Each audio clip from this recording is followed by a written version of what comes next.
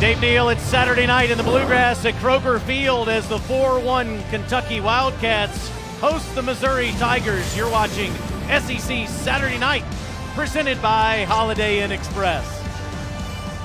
I'm Taylor Sarser with Andre Ware. You'll see Olivia Harlan in just a moment.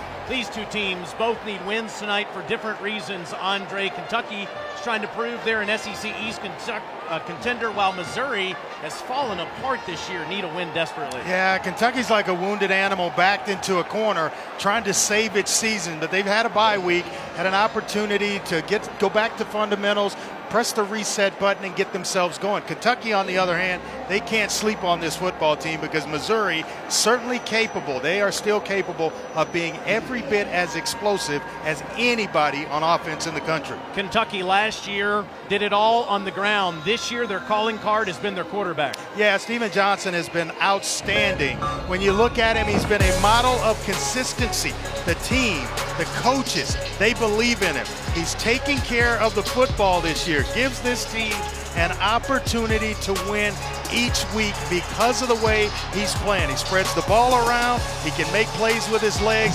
Steven Johnson is the face of this offense. See his numbers this year, career high in completion percentage, 1 interception, 7 touchdowns, has protected the football, but can his offensive line protect him tonight? We'll find out about that in just a moment. Kentucky wins the toss and elects to receive, so they will get the football first. Breezy night. There is a threat of thunderstorms. You see the umbrellas already out. It's not raining just yet, but we could have some precipitation come our way in the next hour or so. Saturday night in the Bluegrass, Cats trying to get to 5-1. I think Missouri is just as happy to be here as Kentucky. Desperately needed to get away from home after their season came crumbling down in September. First road game of the season for Barry Odom, who has never won a road game as a head coach. You see Lynn Bowden, the true freshman from Youngstown, is awaiting the kick from Tucker McCann. Team that's hungry. They've had a bye week, as I mentioned, at the top, and they are ready to play.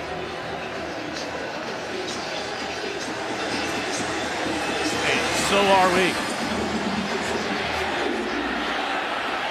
Bowden's coming out, hesitated for a moment,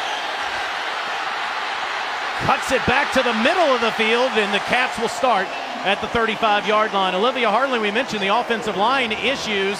Tell us more about how they can protect Steven Johnson. Yeah, Taylor, last week they allowed 5 sacks, but another issue all season has been with high snaps. A big part of that, obviously, is due to the rotating center position. And tonight, you'll see 3 players there. Nick Haynes will start right now. Bunchy Stallings moving back to guard, but will also play some center, as will redshirt freshman Drake Jackson. That's just his 2nd game. Coaches ultimately want to narrow that down to 2, but are trying to fix these problems quickly. Benny Snell will get the carry on the first play of the game, and he is stopped in the backfield. He will lose a yard on the first play as DeMarcus Acey, the defensive back, comes up for the tackle at 2nd down. Yeah, wanted to go with an RPO to start the game. Look for him here to maybe screen to Benny Snell here on 2nd down. Catch the Tigers on an aggressive nature.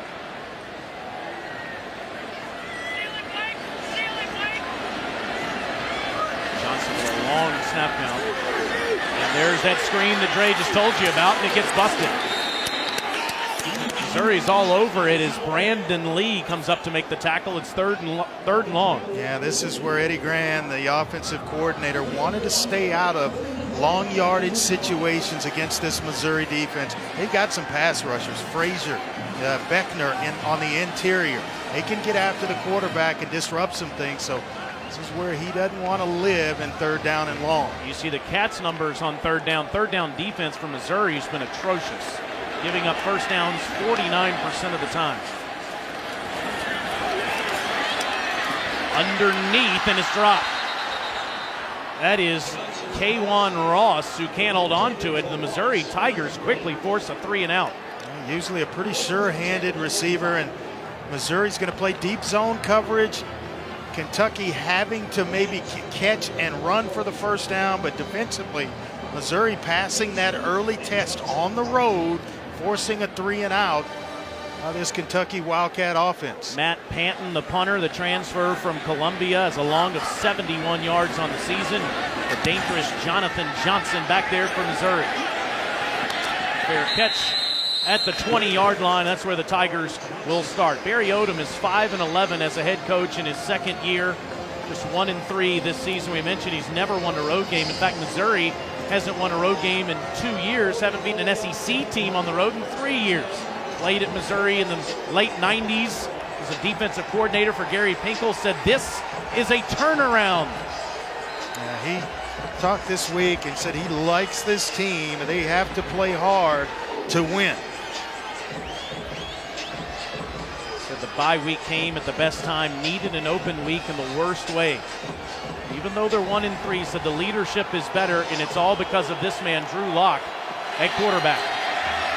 Immediately hands it to Demarie Crockett, fourth in the SEC with 93 rushing yards a game. Drew Lock, the SEC's top returning passer from last year, Andre, 37 career touchdowns. Yeah, he's a mobile guy. You don't really give him credit for his mobility, but he's extremely competitive. He can move around. He can make all the throws. And we're going to see that tonight. He will spread the ball out.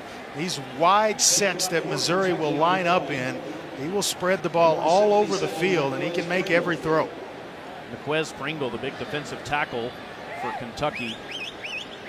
Yeah, JC transfer who enrolled last January. He spent 2 years at Itawamba Community College, moved to kind of in the lineup just before the Missouri game last year.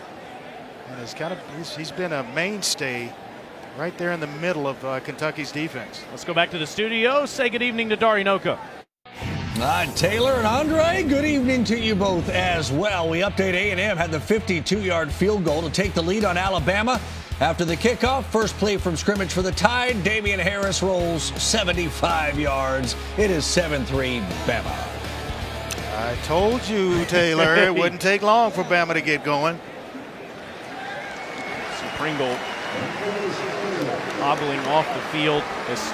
As Andre told you, been the starter since the middle of last season. Matt Elam and Quentin Bohanna also listed as other possibilities at the nose tackle position. Elam started half of last season and has some tackles for loss so far in 2017. So we'll see. Elam's a big man at 6'7", 360 pounds. One of the top nose guards in the country coming out of high school. Kentucky's one of the top run stoppers in all of college football so far this season. 2nd and 6 to fake to Crockett. And Locke has time to load up, but it's underthrown to Jonathan Johnson. Yeah, waiting on one of these receivers, maybe Jamon Moore, who is the leading receiver among this group, but they're waiting on somebody to just emerge and become a playmaker, a guy that is consistent from week to week. And there's the guy right there. He's a deep threat. He's magical with the ball after the catch. Missouri 19 of 50 this year on third down. And they're showing some pressure right in that area.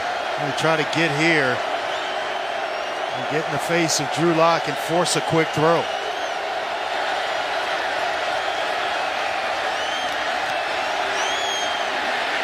And there comes that pressure, and the ball is out. And it's recovered by Kentucky inside the 20-yard line. That's Courtney Love. Seeing the pressure come, I think it's in the form of Josh Allen, one of the blitz bros. Watch him from the top right there. Have had a nice visit with him yesterday. Loves the game and is very disruptive. He has a sense of timing, when to bring the blitz, when to time the cadence, and boy, he was absolutely perfect in that instance. Kentucky +8 on the season in turnovers, Missouri -10. Look for Eddie Grand to take a shot right here. He hands it to Snell, and Snell might get back to the line of scrimmage. Usually, Taylor, when you have a turnover in the plus territory, plus yardage territory, The opponent's plus side of the field, that's when you want to go up top. The defense, they're ticked off. They're right back on the field. Maybe Juice Johnson, who's a playmaker right there at the top of the screen. They love getting him the ball in this end of the field.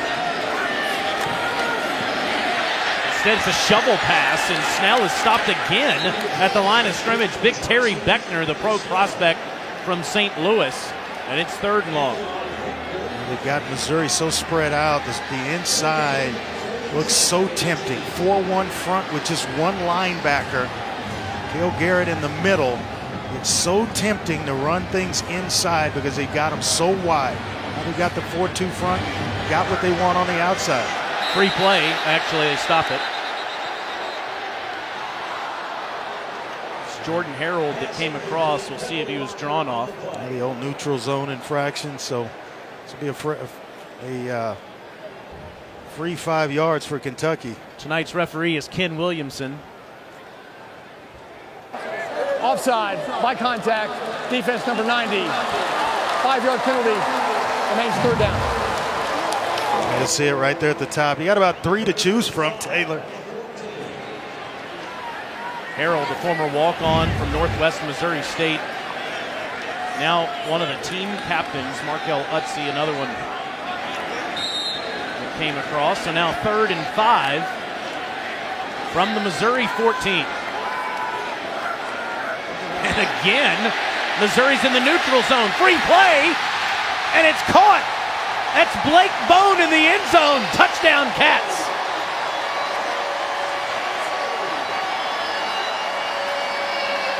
How about the presence in mind by Steven Johnson to go to the end zone, knowing that he has a free play, goes right to the end zone, and Blake Bone coming down with a touchdown reception. Awesome work by those two.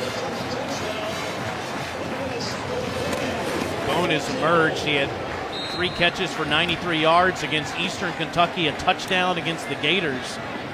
Senior from Woodruff, South Carolina, puts the Cats on the board. Austin McGinnis for the extra point. Straight through. So it's the Kentucky defense with Josh Allen and Courtney Love. The Blitz Bros in action early. Steven Johnson and Blake Bone make Missouri pay.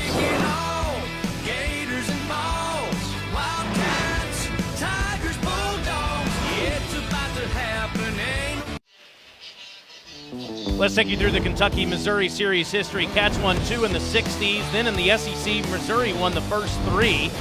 But Kentucky has taken the last 2, winning in Como last year 35-21, outscoring them 56-34. Last year they ran for 377 yards against the Missouri defense. McGinnis kicks it to Rashad Floyd. Floyd will field it at the 3.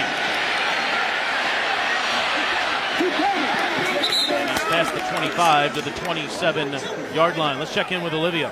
Well, Taylor, in the bye week, the Tigers got a chance to reset and start over with a bit of a different urgency this week. Really productive. Less time on the practice field and actually more time in meetings. Now, they even brought in former Mizzou coach Gary Pinkel, asked him to talk to the team a couple questions. He said the first 10 minutes was nothing about football, all life lessons, and Coach Odom has really leaned on him.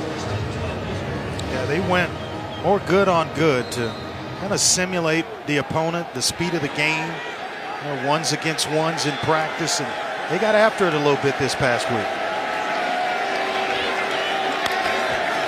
After the Missouri turnover, Locke ready to load up and throws underneath, where it's caught by Jamon Moore, and there's almost nothing there. Missouri has been awful with the turnover margin so far this year. Yeah, -10 after that fumble on the first possession by Drew Locke, or the sack fumble by Josh Allen.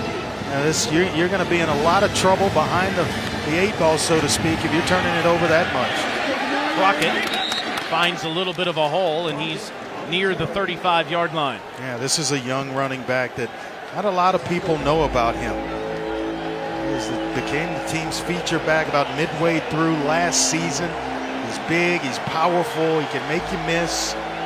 He'll run you over at 5'11", just under 230 pounds. Averaging over 6 yards a carry. He got 6 there.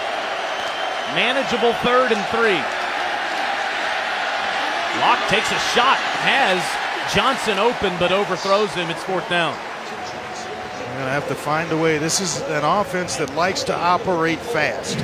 19.5 seconds per play, but that one needed to be more on a line where the safety can't get over the top in cover 2 to help on that play. And those are some that you got to make sure you're completing passes and moving the chains on 3rd down. You see the speed in which Missouri likes to operate. They're 11th 3 and out in their last 2+ games. And it brings on Corey Fatoni, one of the best punters in college football, averaging over 46 yards per attempt. Entertaining punter. See if he tries his golf swing again as a fair catch is made by Walker inside the 20. That is 49 yards. And Fatoni on cue. Cats up 7-0.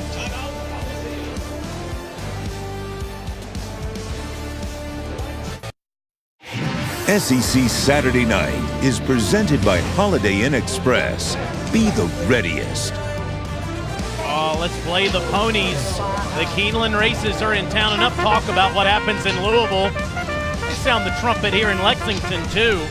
Huge weekend for so many in Lexington to go over to Keeneland and watch the races. Olivia spent the day there yesterday. You'll see that in our backstage pass in just a bit. What a weekend here in Lexington. You had homecoming, a good football game. You got Keeneland opening. Nice weekend here. You got Sci-Fi, as they call him, Saheem King in the backfield, and he gets up to the 20-yard line. Had 4 negative plays last week, but has spelled Benny Snell so far as they continue to try to find all those yards they lost when Boom Williams decided to go pro. Yeah, he brings the speed element to this offense. He's actually an excellent receiver out of the backfield. Shows you the good quickness and speed on film to become a nice change up to Benny Snell.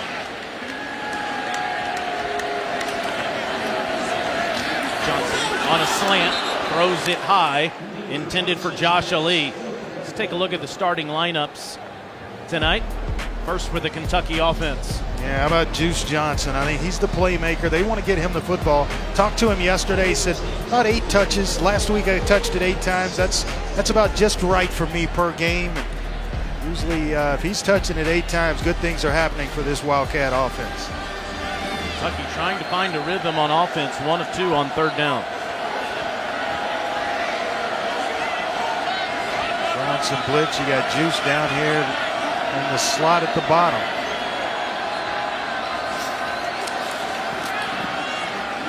And instead it's Bone who caught that touchdown a moment ago, and he goes upstairs to make that grab. They came into this game with only 6 catches on the, only 5 catches on the season. But just when you try to take something away, and they know that number 9, they respect Juice Johnson, somebody else has to step up, and so far it's been Blake Bone on the outside. 2 catches, 25 yards, 11 on that play to move the chains. Johnson punts 3 times and throws it to the sideline, too high for King. Yeah, they've made a change along the offensive line as well. Number 52, Drake Jackson, the redshirt freshman, is now in, as Olivia mentioned earlier, at center. Started there with Nick Haynes, and then may see Bunchy Stallings at some point, but the redshirt freshman has the call right now. Game 6 is still trying to figure all of that out. This is the first of 6 consecutive SEC games. Johnson in an empty set across the middle of the field, and it's a perfect strike to Taven Richardson into Missouri territory. He went down on the field. What did I ask you about him? I said, man, he is a good-looking young receiver, possession-type receiver. You see him get excellent inside position. That's a matchup. You put him on Cale Garrett or any other linebacker, that's an advantage for Kentucky's offense.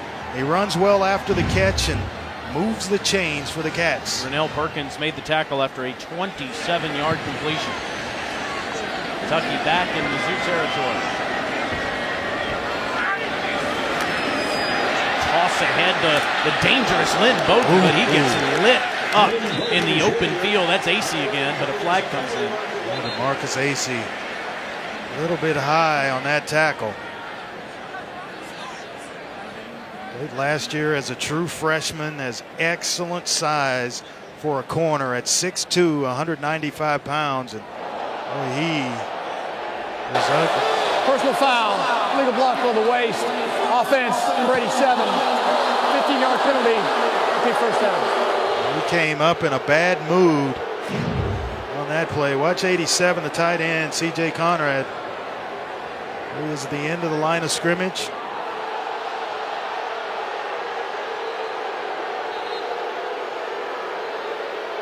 He may take a look at this with that tackle by DeMarcus Acey and a helmet-to-helmet. I thought he was a little high in contact, but so far the replay officials have not buzzed out. Now they have looked at it. We're going to look at this for targeting, and I don't think there's any getting away with this one. That's what the rule is in place for, and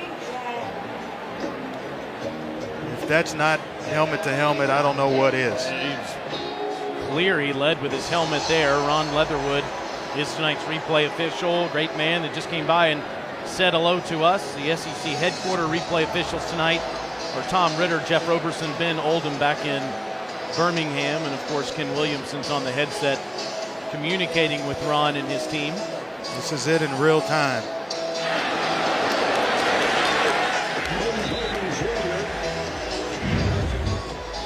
I think Mr. Acey's going to sit the rest of this one out.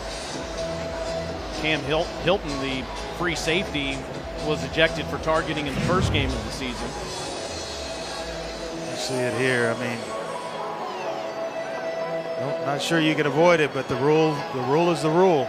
Ironically, Bowden was ejected against Eastern Kentucky. He was ahead of Charles Walker blocking on a punt return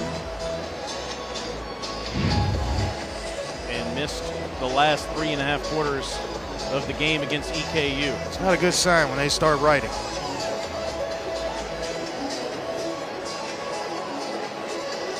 .17 left in the first quarter, so that would eliminate Acey from the rest of this game. He can come back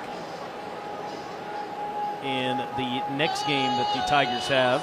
He'll be on the road at Georgia next week.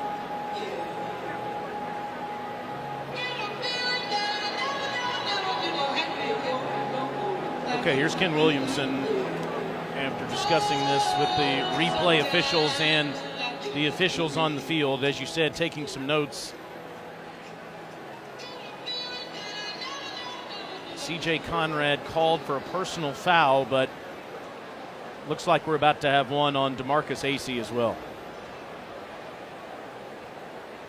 After further review, there were 2 fouls on the play. The original foul was a personal foul blocked below the waist on the offense, number 87. We also had a live ball targeting foul on the defense, number 17. Those fouls will offset. We'll replay the down. It'll be 1st and 10 at the 43-yard line. He hadn't told us whether Mr. Acey. Here we go. The ball game. Marcus Acey has been ejected from this ball game for targeting. And here's another look, and that is exactly what the rule is put in place for. Helmet to helmet, above the shoulder pads, and there's no disputing that one.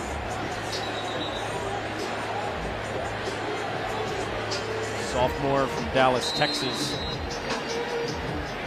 has to leave the field and will miss the remainder of this game. So Missouri down a defensive back after the offsetting penalties. And again, 1st and 10 from the Missouri 42. Finis Stribling, the 4th, was listed as the backup cornerback to Acey. We'll watch for him. Johnson wants to take a shot. Wide open to the end zone, and it's incomplete. There in coverage was Logan Cheadle. It was thrown just behind The true freshman Isaiah Epps, if it's in front, it's a touchdown, thrown just on the back shoulder as he's crossing the goal line. But Logan Cheadle, with recovery speed, gets himself back in position to make a play. Epps, the freshman from Jenks, Oklahoma, had the step on Cheadle there, as you said, Andre. And well, you had to feel like Eddie Grand was going to take a shot with AC leaving the game. Second attempt. Again, deep pass inside the 20-yard line, and K'Wan Ross gets some separation on Cheadle. And the Cats are back in the red zone after another big play. Well, he had his tight end Conrad, but he wanted the one deeper down the field, and K'Wan Ross came up with a big play. That shows you the confidence of Steven Johnson and the level in which he is playing at this season. 27 yards to Ross, listed as a possession receiver. Makes his 7th catch of the season, and now the Cats at the 15-yard line. Yeah, they are magical down here in the red zone. It's an offense that comes at you a lot of different ways, a lot of different packages by Eddie Grand down inside the red zone. See what he comes up with in just a moment as the Cats are on the march.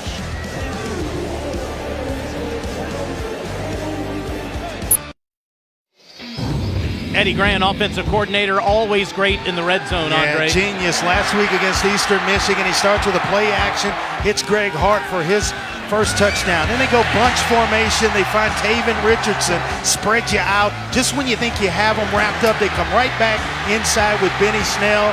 Eddie Grand is a magician when Kentucky gets him in the red zone. This guy is way ahead of the curve in terms of how to get points, the big ones, not field goals, but the big ones when they get down here. I said yesterday, forget ego, copy something that works. He looks at every level of football for the best plays. See what he uses here. There's a quick throw to Juice Johnson. Johnson gets a block and is inside the 10, marked out at the 7-yard line. Well, this kid is magical. Got a chance to sit down with him yesterday and just loves the game of football. Has really matured as a football player and now teaching the younger receivers, being a leader of that receiver room and that group. He's having a nice season. He's caught a pass in 17 straight games, 4th all time in receiving. Brandon Lee on the tackle, 2nd and 2 for Kentucky at the Mizzou 7. That's what he wants down here at the bottom. Instead, Saheem King is right near the first down, just outside the 5-yard line as Perkins comes up to the tackle. I'll be surprised here if they go run pass option against Steven Johnson out on the edge with an opportunity to either keep it himself or throw it to an outlet receiver and one of them walk in. But this guy's certainly capable of getting it done with his legs. He's got 2 touchdown runs on the season already. We've seen him run the Wildcat a bunch this year, and here's Benny Snell in it again on a 3rd and short. He's Juice in motion, keeps it himself, takes the hit, but gets the first down inside the 4-yard line. Yeah, that's the priority first and foremost. Pick up the first down, give yourself a fresh set of downs, and they're in the back in the entire SEC that runs harder than Benny Snell. He will challenge you. He will bring it right to your face mask and then get up and let you know about it, as he's doing to a couple of Missouri players there. Look at that. After contact, the yards after contact, 2nd most in the SEC at 237. 11th play of the drive coming up here on a 1st and goal. And it's Snell with a big hole to the end zone. Again, Kentucky scores. There is a flag down, though. Out wide, there's a little yellow hanky. I think it's going to stand from the reaction of Juice Johnson.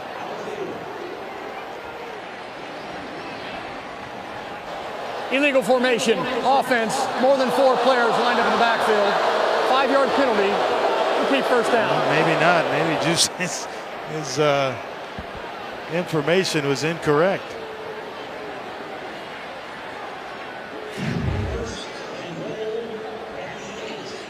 Well, you can't really tell. Maybe one, looks like 7 on the line of scrimmage to me. You got a wide out here and one here. You could question this one at the top, but it's close. That is close, and that's the official that actually threw the flag. So a 1st and goal for Kentucky. And usually at the 8-yard line. those guys go out and ask the official there, is my foot on the line of scrimmage, and you get a nod, yes or no, and you know whether or not to slide up. There was some confusion with the officials about And you can see Blake Bone at the top asking right now, is he considered on the line of scrimmage? Johnson has Snell behind him. Snell tries to bounce it out, and he gets down near the 6. A nice tackle there by Cale Garrett. That is a very high football IQ, and he always seems to be in the right place at the right time. Doesn't necessarily look the part, but he just makes plays. Team leader in tackles at 12 against the Boilermakers a few weeks back. Youngster who's just going to keep getting better. 2nd and goal from the 6. Epps goes in motion. Johnson to the bottom. In all kinds of trouble, and down he goes in the backfield. He's sacked by Markel Utsey. And that's where, as a senior, you got to know, get rid of it. You dodge the first sign of trouble. Now the ball has to come out, and don't take the sack. We'll see here, once he escapes the first defender, which is Terez Hall, now the ball should have come out. Throw it out of the back of the end zone. Loss of 6. Now 3rd and goal from the 12.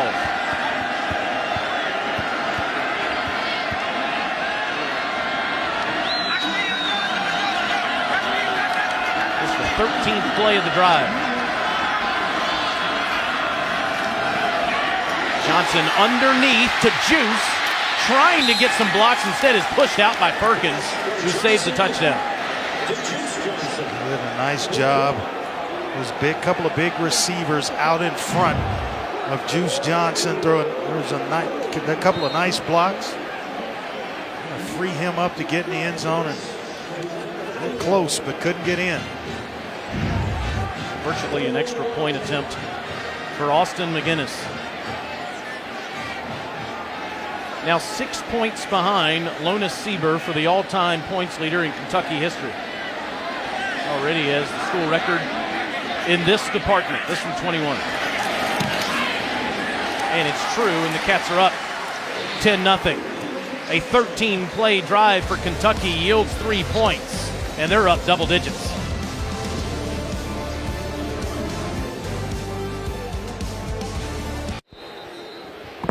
Well, we told you Olivia Harlan was at Keeneland yesterday for the races. Olivia, tell us about your big day. Oh man, Taylor, it is a magical event. Yesterday was just a beautiful day for opening day at Keeneland for the fall meet.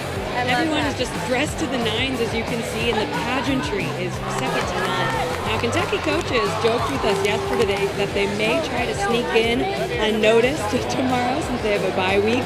I'd bet with a win tonight, that would probably happen. I can't blame them, though. It is a pretty incredible experience. Well, that's awesome, and that looks like a lot of fun. You were I yelling. love horse racing. I'm jealous. Olivia, you were yelling for number 5. Looked like it placed. No, he didn't, and I didn't know what I was talking about. Win, place, or show. That's right. Always got to pick one out there. Great tradition here in the Bluegrass. Floyd waits on McGinnis' kick, and he will put a knee on it.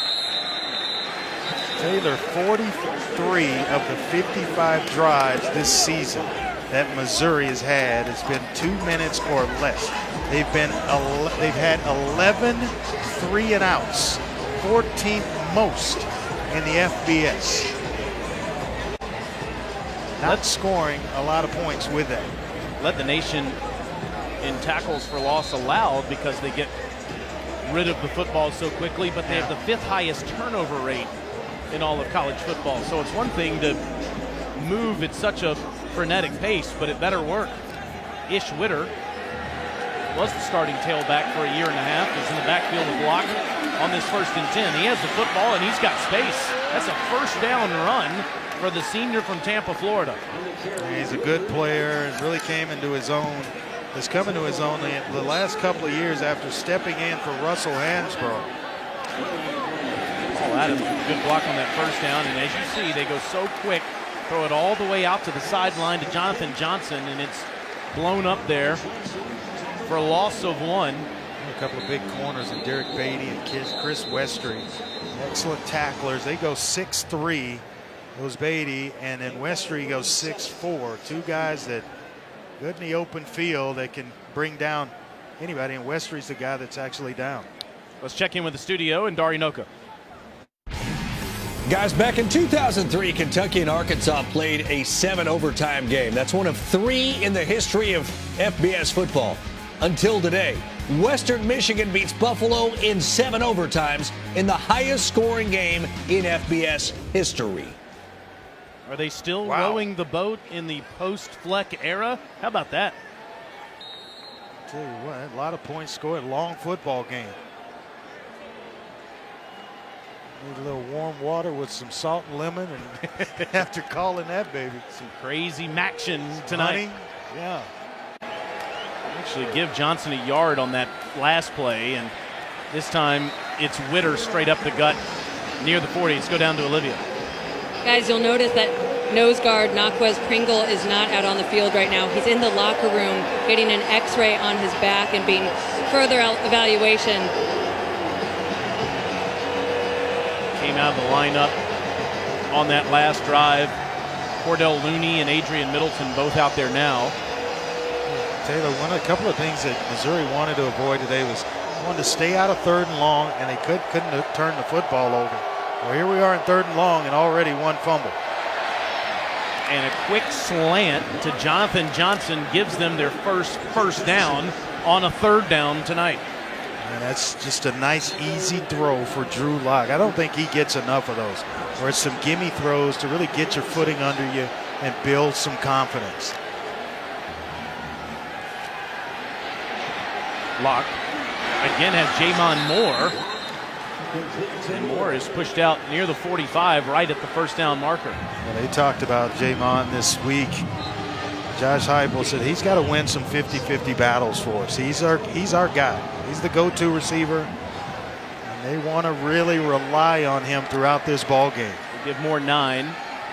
And now it's Witter to the ground. He moves the chains inside the 40-yard line. So you see Moore and Johnson catching all the passes so far tonight for Missouri. Demetrius Mason, the second leading receiver, kicked off the team this week for not meeting the standards of the football program at 13 catches on the season. Yeah, Yasser Durant lost his hat, and so he's going to have to sit this one out. In his place here, Tyler Howell is in at left tackle. And he's got to go out for at least 1 play. This offensive line bigger than the Kansas City Chiefs, averaging 326 pounds per man, and they get good blocking in front of Witter there, who almost broke it free. It's been a nice drive in terms of mixing the run with the pass by Josh Heupel. He's depended on Ish Witter and the running game. That got all of this started, and it's allowed the passing game to kind of open itself up as well. And Missouri moving right down the field. Well, Josh Allen, one of the best defenders, is banged up. Mizzou with 9 yards, 7 yards, 13 yards, and suddenly in a rhythm. He's holding the back of that left leg like it's a hamstring. The offensive line of Missouri doing a nice job in this drive. Paul Adams with an excellent block to free up Ish Witter on that last play, but this big offensive line protecting Drew Lock and opening some holes for the running back Witter. 3 Kentucky starters off the field already in the first quarter as Witter gets near the red zone to the 20. Beatty, Allen, and Pringle already banged up. Missouri pressing the gas on this running game.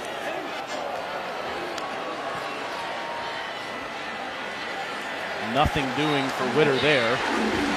It'll bring up 3rd and 5. Yeah, big Courtney Love right in the middle. He and Mike Edwards coming up to make a nice tackle. The safety, he is a playmaker on the back end. One of the honorary blitz bros, because when they get to the passer and force The quick delivery by the quarterback. It's usually Mike Edwards on the back end making some plays. So they've somewhat, Josh Allen and Denzel Ware have made him an honorary blitz bro. Won't get the play off at the end of the first quarter. Missouri is on the move, but all Cats in the first quarter. Kentucky trying to improve to 5-1 as the sun goes to bed in Lexington. They're on top against SEC East rival Missouri.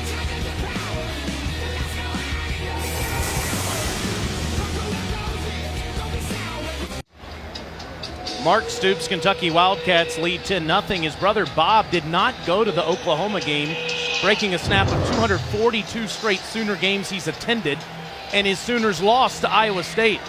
His former quarterback that won the national championship in 2000 is Josh Heupel, who of course is now the offensive coordinator at Missouri. He's got his best drive of the game going. Clearly the head coach of the offense runs everything they do in practice with quarterback Drew Lock. Yeah, their longest drive of the season, 3:51.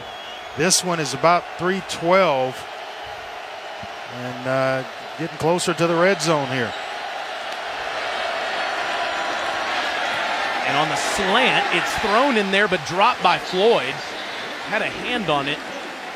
I'll tell you what, Courtney Love's a good football player. Came in as the leader in tackles for this unit, but nice job by Mike Edwards, and then Courtney Love comes in and finishes things off to make sure that ball is not completed. So now on fourth down, Tucker McCann will try to put Missouri on the board. 4 or 5 this year. This from 38 yards. Snap by Workman, held by Corey Fatoni. Bad snap, good spot, and he hooked it to the left. Well, this was all the fundamentals before the kick. The snap was bad, the hold, couldn't really get it back in place for McCann, and then you see the kick just go wide left.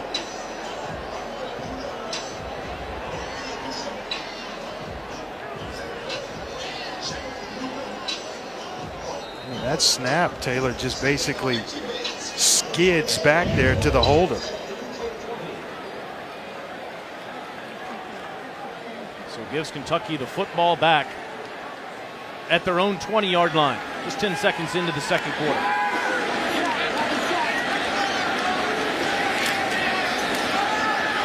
Johnson underneath and behind Ali. Incomplete. Brandon Lee right there, making Ali feel the footsteps. And once you move, go ahead and set your feet. You're going to get hit and take the shot anyway, so you may as well stand in there and know it, throw one out in front. Twins to each side here on a 2nd and 10.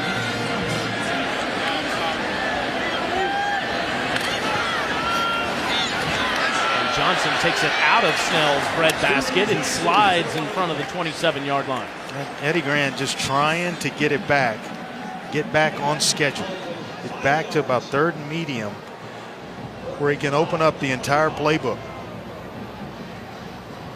Johnson does have 5 rushing touchdowns in his career.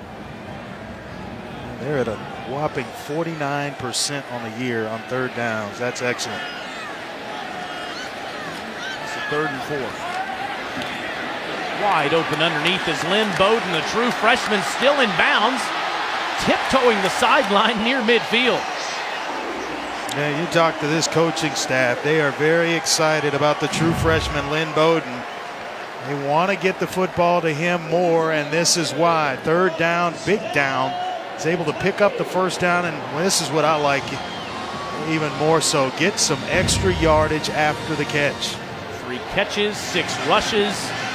Also has a 24-yard pass that he's thrown so far this season as King stands next to Johnson on this 1st and 10 after that 22-yard catch. Get the Cats out to the 48. Sci-Fi puts his hat down after an 8-yard carry. Perkins was right there to meet him. It's 2nd and 2. Boy, you get the exact look that you want. One linebacker right in the middle with 4 down linemen. You've got 5, and now it's King going to be one-on-one with that one linebacker. Too slow to get there and make a play as Eric Beisel in the middle.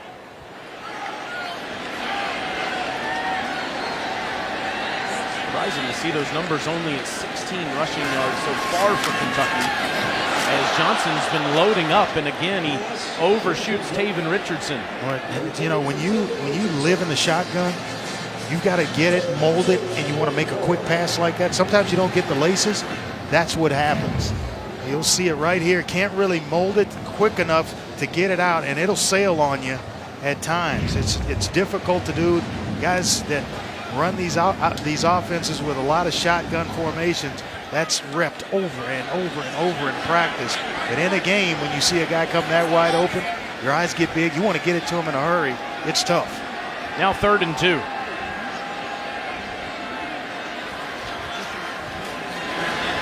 Johnson, for the 16th time tonight, loads up and he overshoots his intended target, Epps, leading him too far. It's 4th down. I'm surprised they didn't go to Snell or come back with Saheem King just to pick up the 1st down. Want something easy, just to move the chains and keep this drive alive. At least at first, it looks like they're going to keep him out there. Oh, that's why when you got your mind made up on 4th and 2 that you're going to do it or go for it on 4th down, then you can take that shot, gamble on 3rd down. Just 1 for 2 this season. This from the Mizzou 44. Richardson in motion. Johnson throws again underneath the juice. And at the 41-yard line, that is going to be enough to move the chains. Yeah, he was the team's 3rd down receiver, kind of the go-to guy last year. And he's just a big play waiting to happen. He's an exciting youngster. As you get the football in his hand with some space, he can make some things happen for you. And he's come up big a couple of times tonight for this Kentucky offense. Senior from Winter Garden, Florida. Joy to be around. Oh, he's contagious, isn't he? 1st and 10. Now from the Mizzou 41.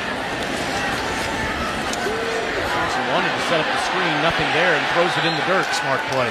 Smart play. That's excellent senior leadership and knowing what to do. Don't turn a bad play into something worse. Get rid of it and live to come back on 2nd down. Said he threw it in the dirt. I meant he threw it in the rubber pebbles. Yeah, we went down on the field before the game and came back with a shoe full of just tire treads or whatever those things are, and those on the turf these days, the field turf. 2nd and 10.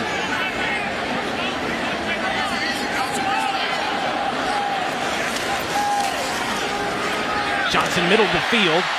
Great strike to Ross inside the 25-yard line. Yeah, they vacated with the linebackers, and Stephen Johnson's played enough football to realize there's a vacant area. We're getting some blitz, a receiver right in that soft spot where the blitz came from.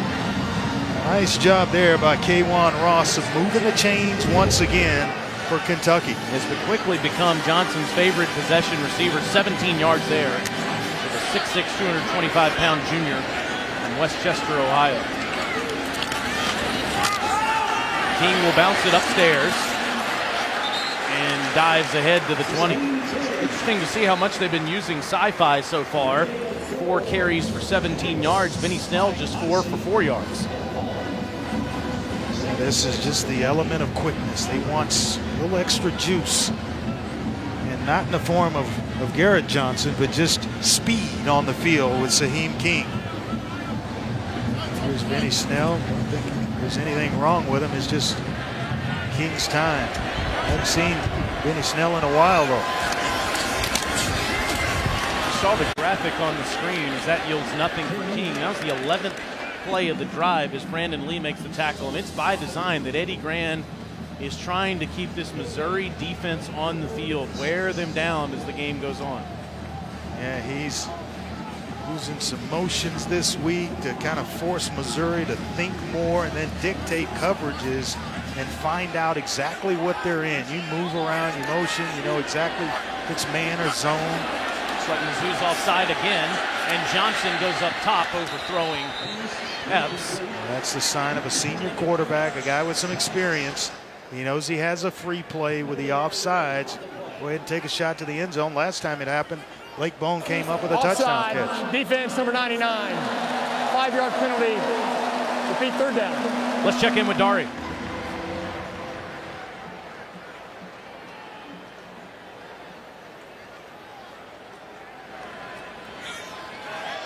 All right, we'll get back to Dari here in just a moment in the studio as Kentucky's up 10-0 with 10:27 in the second quarter. This is a 3rd and 1 with Saheem King in the Wildcat, bringing Ali in motion.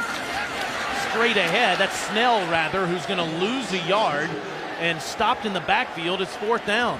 They went for it and converted on a 4th and 2, but there are points to be had right here, and Mark Stoops is going to elect to take the points, and I agree with him in this situation. Let's put some more points on the board. Smart thing to do. Certainly already up 10-0 is Austin McGinnis for his second field goal of the night. This from 35 yards.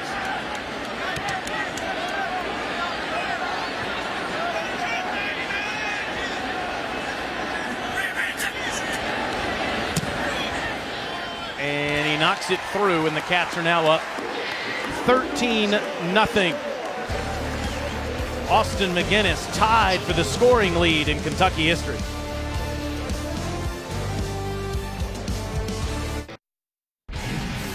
Dari Nowkhah in studio. We update Alabama, Texas A&M after Alabama recovered a second A&M turnover. Jalen Hurts turns it into points. They've run for 181 yards. A&M can't slow them down. 17-3. Taylor and Thunder up. Hey, well, you know what? A cool moment happened just a moment ago there, Dari, is former A&M and Alabama coach Gene Stallings was honored on the field for the 1967 Aggies. He's had 2 heart attacks. He's had a stroke. He's had some health issues. You can't stop this guy. No, a former Junction boy on the field at 82 years young, out there greeting the Kyle Field faithful. That's terrific to see. Floyd takes the kick at the 2 and tackled at the 22. It's been a house of horrors for Missouri since they were up 10-0 in Game 2 of the season against the South Carolina Gamecocks, and they decided to kick it to Debo. Some miscommunication on the sideline with Tucker McCann, the kicker. He kicks it to Debo. Samuel takes it to the house.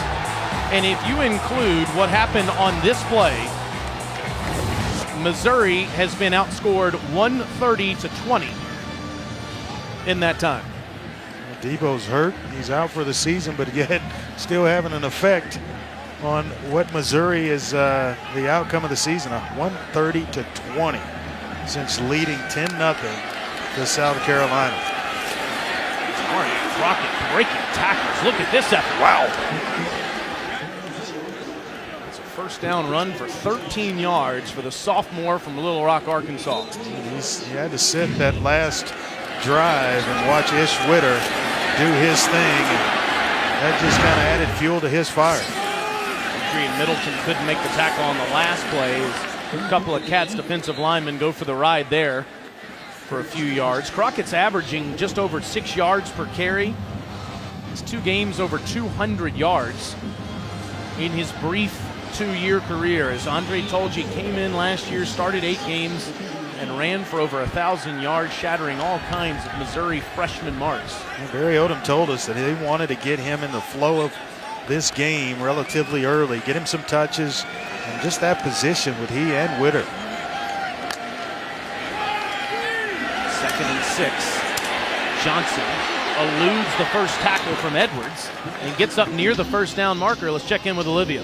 Taylor Naquez Pringle yet to return, but now cornerback Chris Westry is going into the locker room.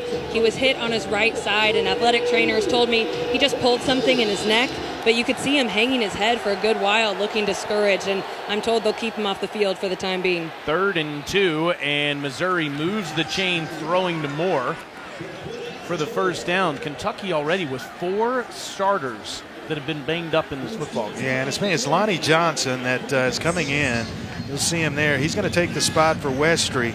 He's playing some really good football as of late for Kentucky. Crockett dives to midfield on the first down run. You combine those injuries with Jordan Jones, who's missed the last 4 games, their starting linebacker. Yeah. That Kentucky defense is banged up. Yeah, this is a good football player. Junior out of Gary, Indiana.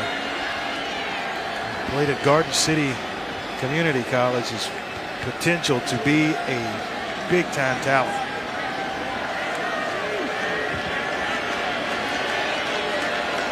Just a yard for Crockett on first down as the Tigers are at midfield. Quick slant, and it's busted up. Good job by Beatty, who's back on the field. He's one of those guys that was banged up, getting his hand in there. Another big corner. Taylor has that excellent size and has continued to get better. And that's, you see the number there, the 6'3". That's what Mark Stoops is looking for. Lonnie Johnson, the guy that came in for Westry, also 6'3". See Missouri's third down numbers tonight.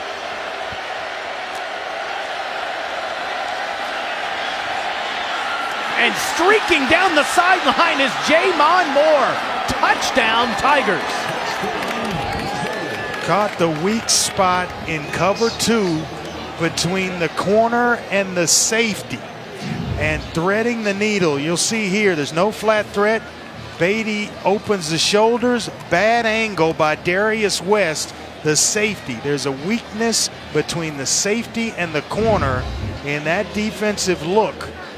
And I tell you what, Drew Lock just threw a dime to Moore.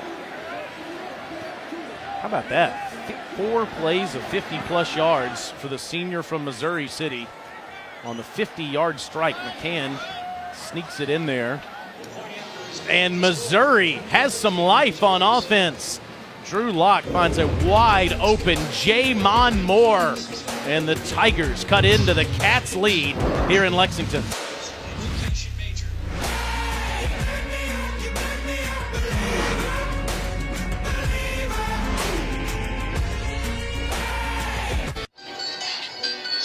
(13-7) Kentucky, Missouri with a 50-yard touchdown. Let's take another look at it. Yeah, Darius West is lined up shallow, and in this coverage, the weak part of the defense is going to be right in that area. So when J'Mon Moore takes an outside release, you'll see it right now. As he's shallow, it gives a bigger hole in which Drew Lock just rifles it in. And it's got to be a drill shot so the safety can't make a play. But if you've got arm strength, you can exploit that weakness in that coverage.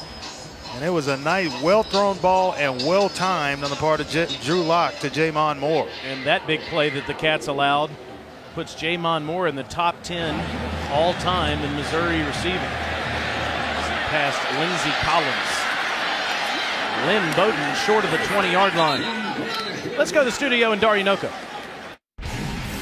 All right, guys. Alabama, of course, leading 17-3. Texas A&M going for it on their own, on Bama's 38, I should say. Kellen Mond has nobody to throw to and nowhere to run. Alabama's defense comes up big. They've given up 146 yards, and they lead right now. Thunder up, that's a head scratcher. I mean, that is against Alabama. You're going to take that risk and essentially give points? Amazing. Getting close to basketball season. All the Thunder ups. I'm wondering if Darius bought his Mellow jersey yet. Oh, he's got it. Trust me. Here comes the reverse with Juice Johnson trying to get a block from Steven Johnson. And Johnson get nothing. I think Juice has just got to hit it. Believe his eyes. Don't keep bouncing it. Get vertical. Get up the field. The first cut was there. Get what you can get. Go ahead and get down. He's trying to break it for the home run. Olivia told you about the Sparks family. Adam Sparks made the tackle there a few weeks ago. They played against each other as Jared is now with Purdue. He had a big day today, catching 4 passes in the Purdue-Minnesota game. Johnson wants to load up. Nothing's there, and he'll tuck it and run. Great decision, and he slides right around the first down marker. But he is really playing some consistent football at that position for Kentucky. That's why they're winning football games, and He keeps them in a lot. There's nothing there. Don't force it down the field. Don't throw an interception trying to force it there. Go ahead and make a play with your legs and get it to 3rd and short. 3rd and 2 to be exact, with Snell standing next to Steve. And Benny hits the hole, and he's wide open and has plenty of daylight inside the 30. Eludes the tackler, tiptoes the sideline. Are you kidding me? Touchdown, Kentucky.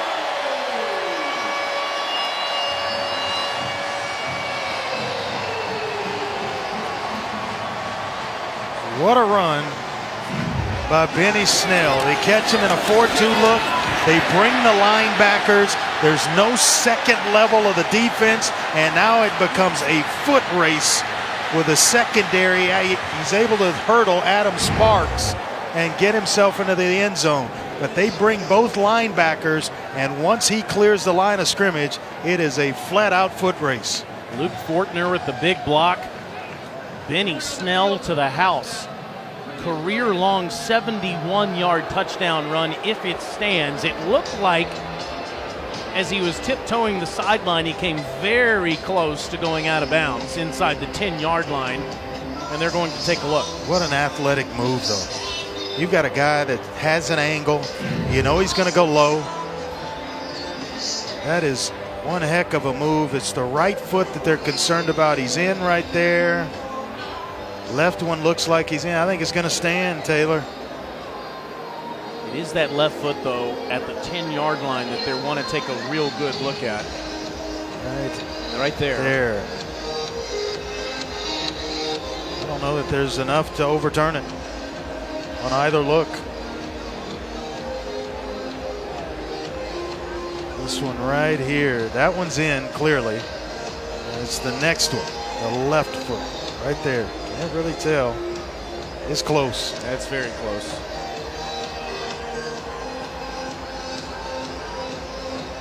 As you said, is that enough video evidence to overturn it as a judgment call for the replay official and for the office in Birmingham?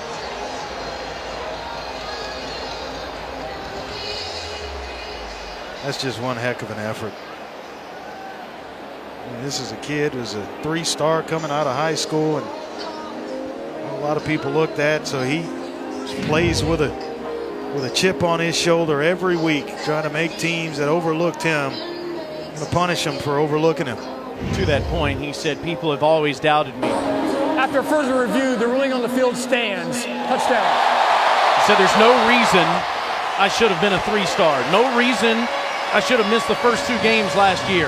Now I'm tired of everybody doubting the Kentucky football team. 71-yard run. When you got talent and you turn it, he can channel the anger into production. Well, you got something, and that's what he plays with. He plays angry. He runs angry.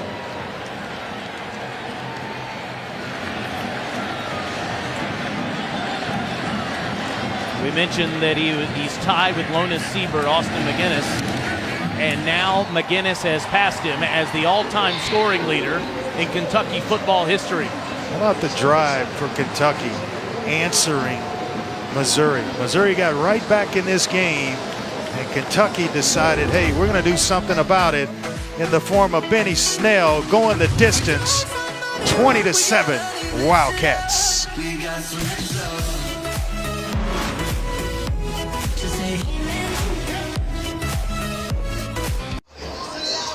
Kentucky, before that touchdown run from Benny Snell, only had 27 yards rushing.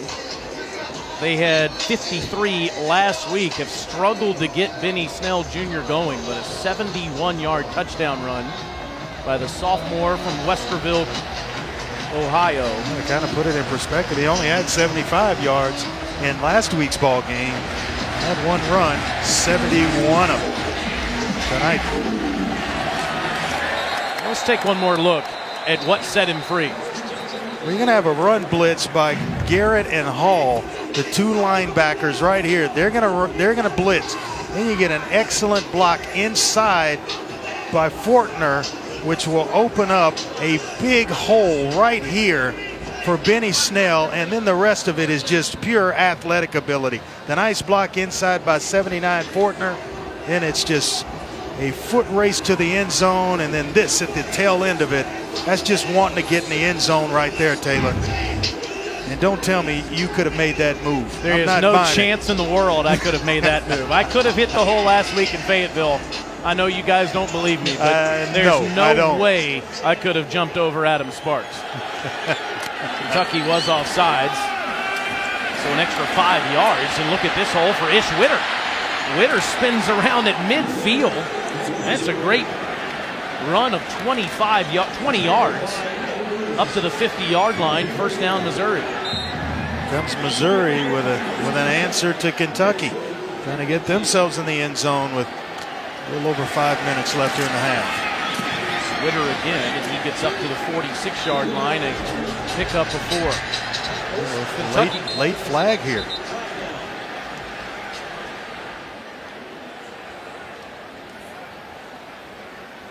Maybe on Kevin Pendleton, the left guard. After the play was over, personal foul, offense number 71. 15-yard penalty from the succeeding spot. The down will count. It's second down. Pendleton fired up after that call. The junior from Lee Summit, Missouri.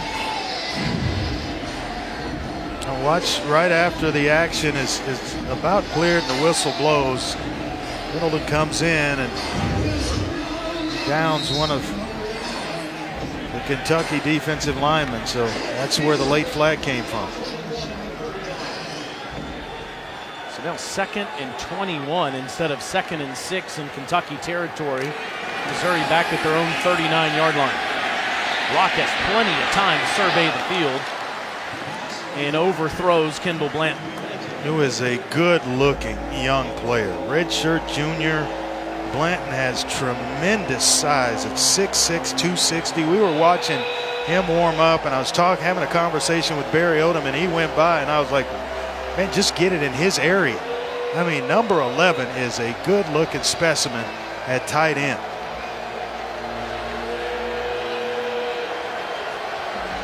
Third and a mile.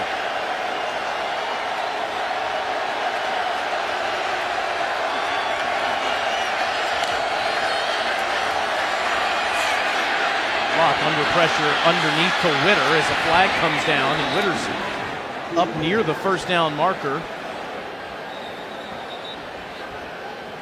Way back around the 36, 37-yard lines where the flag comes in. Way out wide, but illegal formation. Offense, more than 4 players lined up in the backfield. 5-yard penalty. Repeat third down. Well, it's unfortunate for Barry Odom, and Kentucky got caught with the exact same call. All these exotic formations and things of that sort, and you see guys that aren't on the line of scrimmage up top. That's where the flag was thrown, that very area. It's got to be off the line of scrimmage, or actually on the line of scrimmage. 2 completely unnecessary penalties, and now Missouri has a 3rd and 26 and another whistle. Prior to the snap, timeout, Kentucky.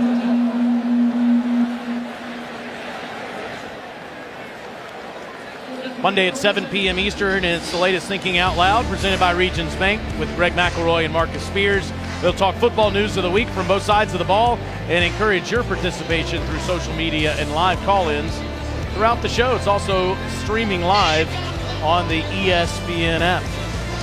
GMAC saw a whale of a game today down in Tallahassee as the Miami Hurricanes knocked off Florida State, sending them to 1-3 on the season. Sure, but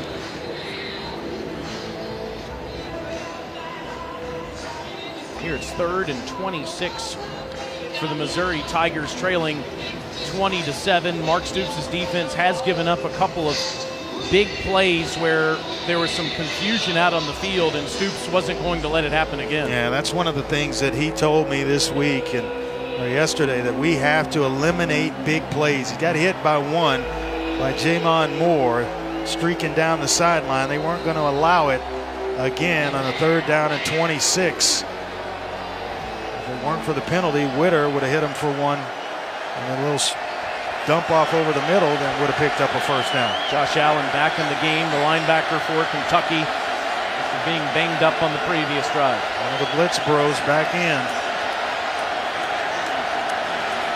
Play clock down to 2, down to 1. He's not going to get it. Oh boy, that has got to be. Snap. Timeout, Missouri. 2nd timeout of the half. Yeah, Barry's able to get the timeout. Almost never seen Missouri struggling to get a playoff. Well, they go so fast that that's the least of their worries, but they wanted to run a little motion, maybe see what coverage was there, but we got to know that Kentucky in 3rd and 26, they're going to be playing zone to keep everything in front of them, make a tackle and force a punt.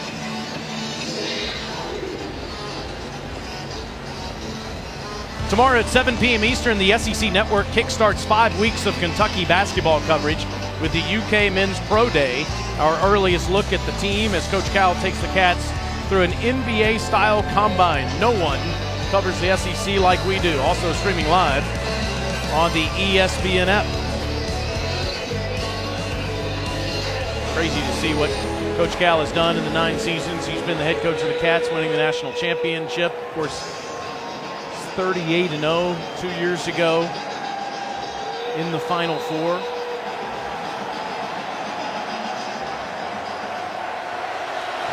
Now 3rd and 26.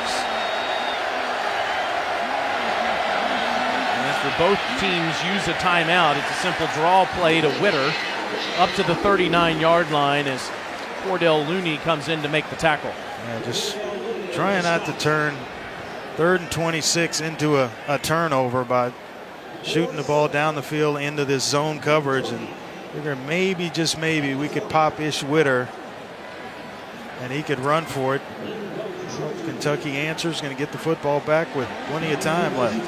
Corey Fatoni, time to do another punt celebration as he gets this one off. It's a low line drive that'll take a bounce for him inside the 10. Oh, here comes a dance coming up. I can feel it. It's marked at the 1-yard line. Fatoni did the golf swing a couple weeks ago against Purdue. He gives us nothing this time. Had a walk-off just a moment ago. One of the best in the country at it again.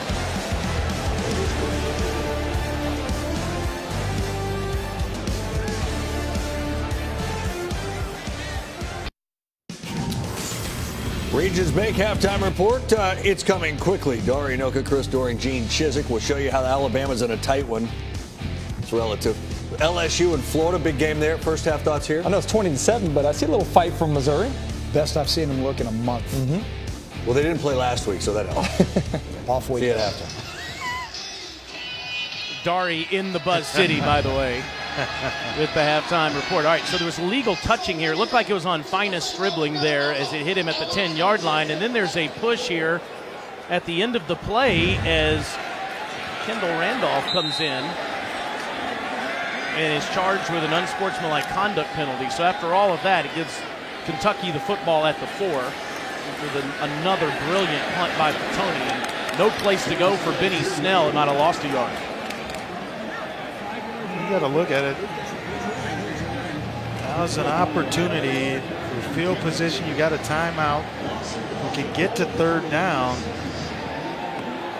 Spend the timeout and get the football back with some decent field position as quickly as this offense and Missouri's offense can score. A chance to maybe steal one before the half.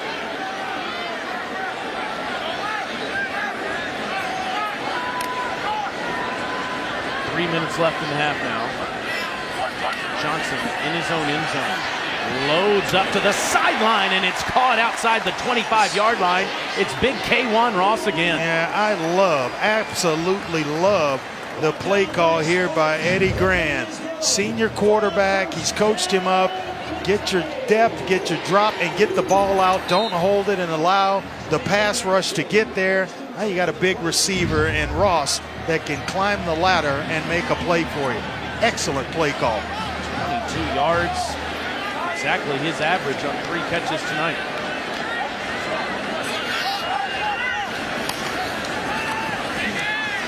Snell, who cuts it ahead to the 27. Garrett comes in and makes another tackle. Going back to that pass just a moment ago, one thing that stands out early in this game is the protection that Steven Johnson is getting. That's been an issue all season. Yeah, they've moved and shifted a couple of offensive linemen around, and I got to credit Drake Jackson, the redshirt freshman, who's kind of solidified that center position in the interior portion of Kentucky's offensive line.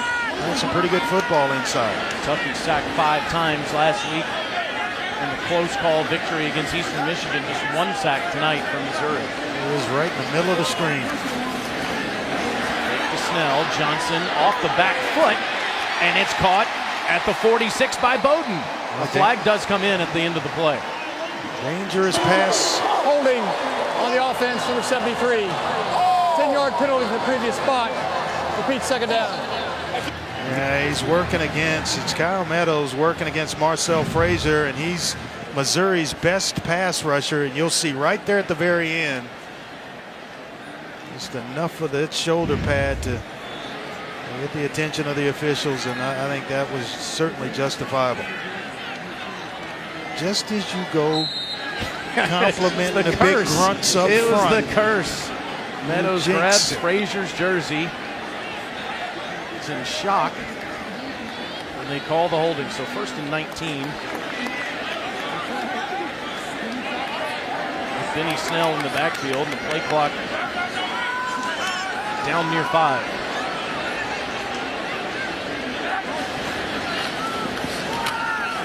Snell up the gut, past the 20 to the 23. Let's go down to Olivia.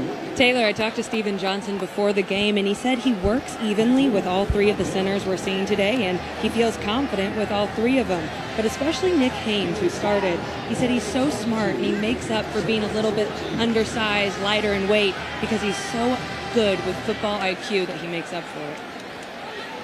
Right now, it's Drake Jackson out there, but Haynes, no question, one of the leaders of this offense. Eddie Gran said that Steven Johnson and Nick Haynes are the team leaders on offense. Haynes lost 50 pounds, as Olivia has told you about, due to type 1 diabetes that he has recovered from. It's now 3rd and 14 with just a minute to go, trying to set up the bubble, and that has no chance. And Benny Snell is blown up in the backfield as Terez Hall comes in. Yeah, he is a good-looking young player, one of 8 true freshmen a couple of years ago to see the field, and you see why. He's just continued to get better, sniffed out this play, and was right there as Kentucky's trying to screen it to Snell to break it, and Hall makes an excellent open field tackle. He had 8 tackles last time out against Auburn. There's that timeout that Missouri had. Barry Odom's elected to take it. They got 56 seconds left here in the half with some decent field position. Let's see if they can put something together before the end of the half. That's an eternity for Missouri on offense.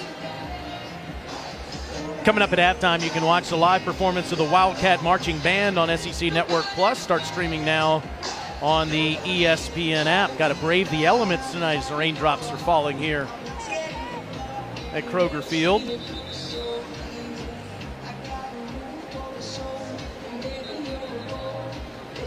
Homecoming weekend in the Bluegrass for the 102nd time. Back in 1915, the Cats beat Tennessee 6-0 in the first ever homecoming, and they continue that great tradition today. Jonathan Johnson and Rashad Floyd are back deep, waiting on this Matt Panton punt. 44-yard punt, the first time for the Australian rules punter. It's fielded by Floyd with no return. Here's our Tailgaters of the Week, brought to you by Zaxby's. It's a windy evening here in Lexington before the rain came down. Yeah, you got 4 bunk beds in there. You can spend the weekend tailgating in the Bluegrass. What are they cooking in there? Got the crock pot going. Some meatballs going there. Good looking stuff.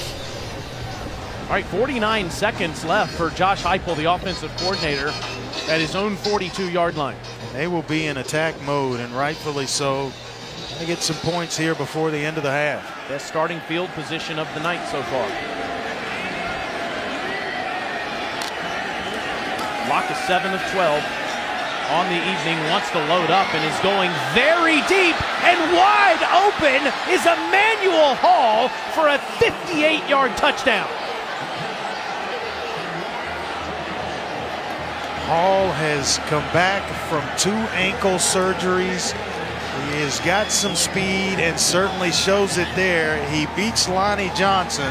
And remember, Johnson's in the game for Chris Westry, who Olivia told you went to the locker room. They go right after Lonnie Johnson with time to spare on the clock.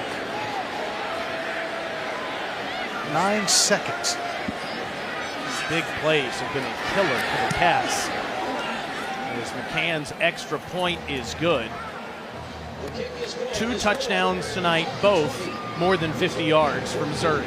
Well, I thought Drew Lock missed a tight end that was open, and he missed Crockett that was open as well, but he found Emmanuel Hall streaking down the sideline in one-on-one coverage with no safety help over the top. The safety, Kendall Randolph, is late getting there, took a bad angle, and it allowed Hall to make an easy catch and step into the end zone. A couple of bad angles by safeties for Kentucky have resulted in big plays. Well, it's the fastest offense in college football, but Josh Heupel's going to have a hard time breaking this record. 9 seconds, fastest offensive drive of the season. It's amazing. I mean, they just decided, hey, we're going to go up top right now. And as I mentioned, Hall has battled back from 2 ankle surgeries. Talking to Barry Odom before the game, they wanted to dial up and call his number. Well, they certainly did right before the half. Can's kick can be fielded by Bowden at the 5.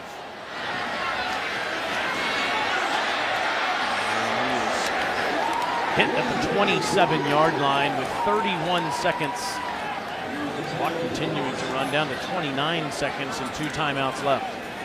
There's time left for Mark Stoops to try to get some points. And you know, I say this every week, and I will continue to say it, that you cannot score enough points in the first half of a football game. So if there's time on the clock and you have timeouts and you believe in that young man, then go get some points. You're right now, your mind frame should be, or your thought process should be field goal. Can we get down the field and get in field goal range? McGinnis has a cannon for a leg, so we need about 30 yards for him to have a reasonable shot. Trying to set up the bubble, and it's almost picked off. Therese Hall was right in the way. That is over just under 2 weeks in preparation of knowing formations, because as a linebacker, he knew exactly where to go and position himself based on the formation. That is the bye week benefiting Missouri right there.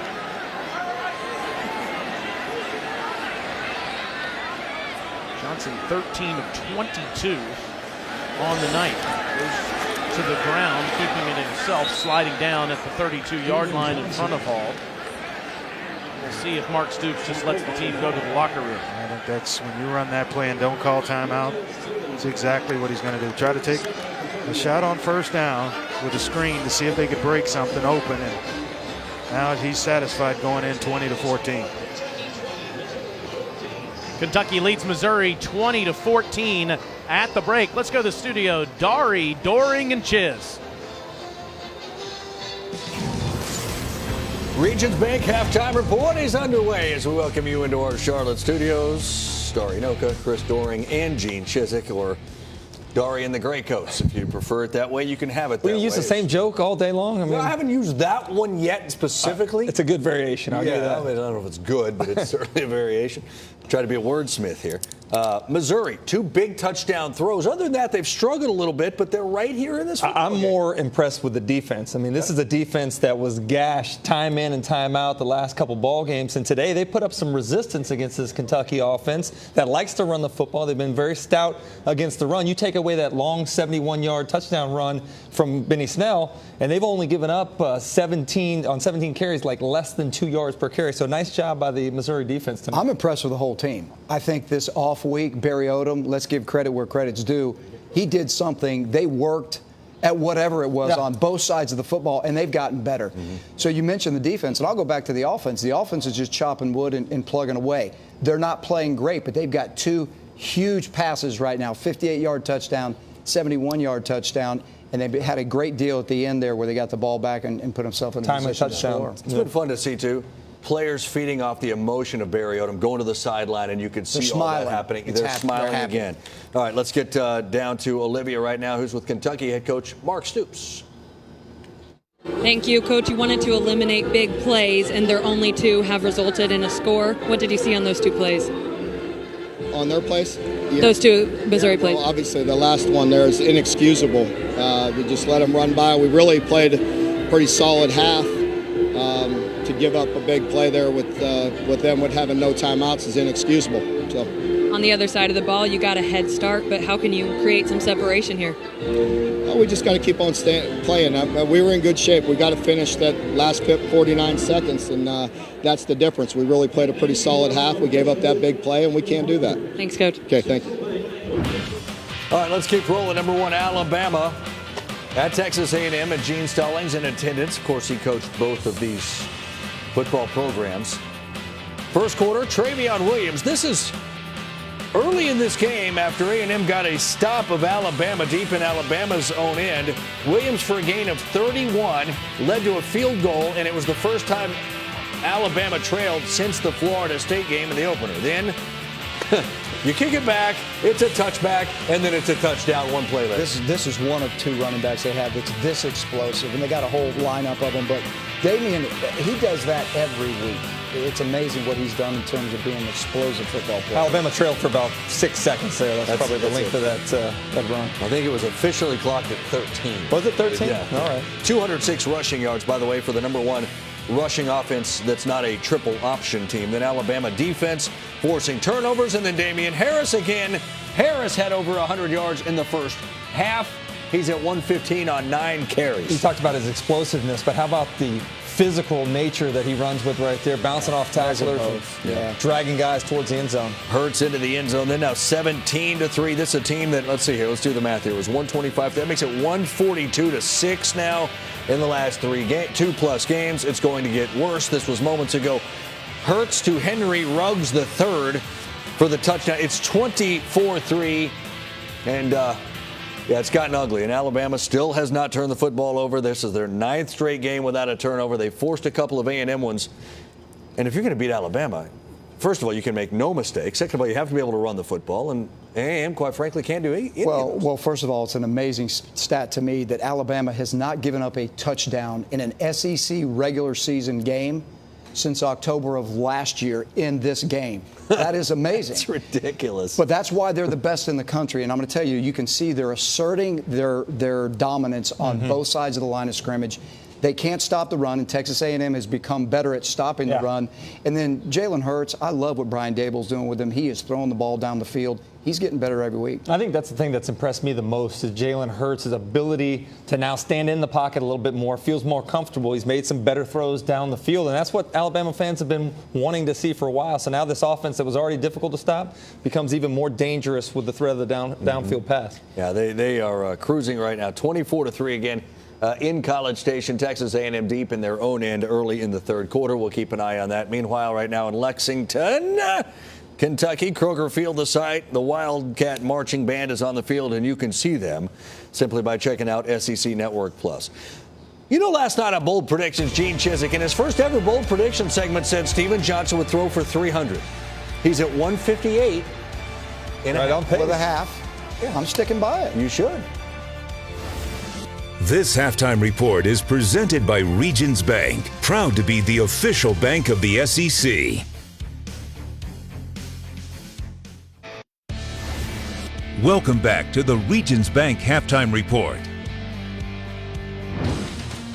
Doring Chizik, LSU and Florida homecoming. Floats are out.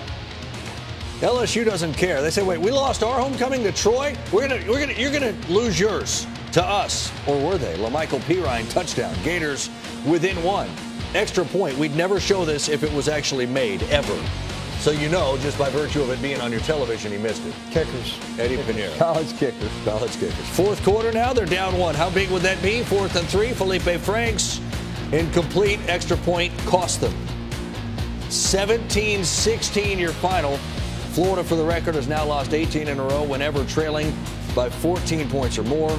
And how about it, guys? LSU, after the loss to Troy, goes on the road to Gainesville and gets a win. How do you begin to explain what you saw in the Swamp? Well, first of all, let's talk about these two teams. They're mirror images of one another. Two not so great teams that can't throw the football down the field at all. They rely on the running game. But what I did like from LSU is they came out with a fire early on. I thought the game plan was good. They worked the defense for Florida, stretched them horizontally, and found some outside success. But I thought that the difference here for Florida is they just can't throw the football at all. They were able to run, but without the threat of the pass down the field, they just load up and end up stopping Florida's offense. I thought the difference was Matt Canada's offense. For the first time all year long, I thought it looked like his offense. Wide receivers carried the ball today 10 times for over 100 yards. They have to do that to spread the defense out, to be able to make some room for Darius Geis and Darrell Williams to run the football. They did that today, and that was the difference in the game. He called a great game. He was in rhythm, and it looked like it for the first time I've seen in a month. To that point, 6 LSU Tigers had at least 20 yards rushing. So they did get a lot of different people involved in this game, and that maybe makes the challenge a little bit steeper for Gus Malzahn and Auburn, who goes to LSU next week. Well, they need that confidence. You're starting to look a little bit like a different They need team. that confidence for sure going into that game. All right, let's look at Arkansas and South Carolina. This was a game that, the Hogs thought they'd have a shot in after beating New Mexico State. South Carolina still trying to figure out life, really, without Deebo Samuel. But Jake Bentley, look at the throw to Hayden Hurst, 62 yards. For the score, it's 10-3 Gamecocks. Now 20-10. South Carolina does not have a defensive touchdown since 2014. Longest stretch in the SEC until just now. Sky Moore, pick 6 of Allen. Not only did they have 1, they had 3. All in the second half. Way to end the slump. 48-22. That's the most points South Carolina scored in a conference game since 2014. Chiz, was this more Arkansas in ineptitude, or did South Carolina in some way play better than you expected them to? I think Arkansas is struggling, there's no question. But I've been saying this about South Carolina's defense all year. They're very opportunistic. We talked about that before. You've said it 400 times off the air today. They pop up when they need to pop up. Go back to the Louisiana Tech game. When Louisiana Tech's driving, they need a pick down in the red zone. They get one. 14-point flip to help them win the game. Today, 3 touchdowns, 4 turnovers today. They had 9 going into the game, forced turnovers on defense. This is the difference in their football team, and I will tell you this. Their run fits today were outstanding. We saw Arkansas really try to run and hunker down and plug that football last week. Their run fits were spot on. I think T-Rob, the defensive coordinator, and Will did a great job today. They dominated this game. They had 153 yards of total offense at the end of the third quarter. So that's on South Carolina. Those two guys you mentioned, T-Rob and Will Muschamp, outstanding when it comes to coming up with defensive game plans. And I thought the fact that they were able to force turnovers that led to the offense scoring. They were able to score 3 touchdowns themselves. This is an offense that's not very good for South Carolina, but when your defense plays as stout as their defense did, they're going to keep you in every ball game, and certainly scoring points makes it even easier. They're one of the worst rushing teams in the league. They outrushed Arkansas by 53 yards. Right. When that happens. And Arkansas put up some yards late in the game that were garbage yards. Yeah. Big win for South Carolina, no question. Arkansas next week goes to Alabama. Drew Lock, 250-plus yard touchdown passes, and Missouri's right there, 20-14 Cats.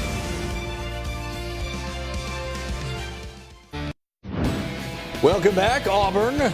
At home for Ole Miss, Bo Jackson in attendance. Got to see a pretty good tailback as well. Cam Petway, by the way, did not play, dealing with a variety of leg injuries. They decided to hold him out. So Kerryon Johnson, it's okay because he was dominant yet again. Look at that little move there.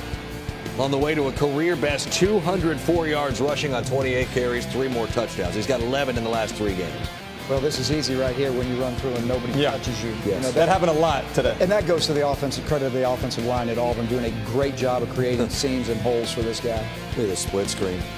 Just for fun. We're not saying he's Bo, okay? Bo knows good running backs. See, you know what? Yeah. Nike, Ben. Yeah. Not really. It's terrible. Teed up for me. Georgia, Vandy. You know, where you have Auburn, you have Georgia. Isn't it amazing how much these two programs are in the same sentence now all the time? Nick Chubb, just like Auburn, Georgia can run. Yeah, well, last week or 2 weeks ago, Alabama had success running the football right at this Vanderbilt defense, and today, same kind of game plan. Shotgun from Georgia, which we don't see a ton of in the past. They went tempo and ran that zone read, giving the inside zone all day long. Here again, Georgia kept ripping off big runs right up the middle of the defense. Chubb and Sony Michel both well over 100 yards. In fact, on the day, Georgia ran for 423 yards. It's their first 6-0 start since 2005. Next week, they host Missouri for their homecoming. And whether it's Georgia or Auburn, which one stood out to you more, if either of them really over there? They were both impressive. They were both really, really impressive. I thought that the first half from Auburn was as good as you could have expected. They were up 35-3. Stidham was 8 of 9 throwing the football, very effective. And obviously the offense is built about running the football first. And with Kerryon Johnson back there, he really adds to the explosiveness of that offense, does it all. Didn't see much wildcat from him today, but I love what they're able to do when he's in the football game. They're slowly becoming a very dynamic offense. Yeah, there's no question about it. And I really love how Auburn's playing. To me, probably one of the most improved offenses over the last 2 weeks in the league. Yeah. But I'm going to talk about Georgia. I think Georgia is dominating. I think that when you look at the recipe for Kirby on how he's winning games, he's doing it with defense, time of possession, solid run game. He loves it, and it's executing it to a T. This is breaking news here.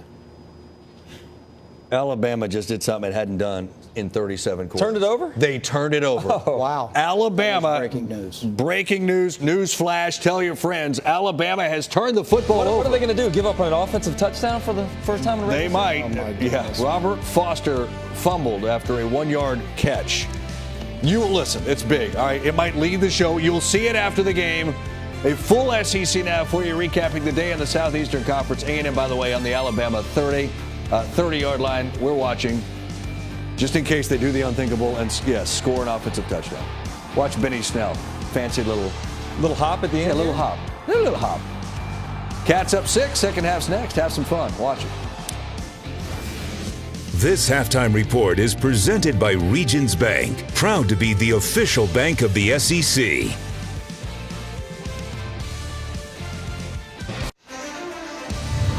You're watching SEC Saturday Night, presented by Holiday Inn Express. Kentucky leads Missouri 20-14. Let's take a look at how Mizzou is the readiest this week, brought to you by Holiday Inn Express. Yeah, they talked about wanting to get back to their explosive offense. Well, they were able to do that early. Jamon Moore gets behind the Kentucky secondary. And then Emmanuel Hall, just before the half, 9 seconds it took for Drew Lock to find Hall for a touchdown pass.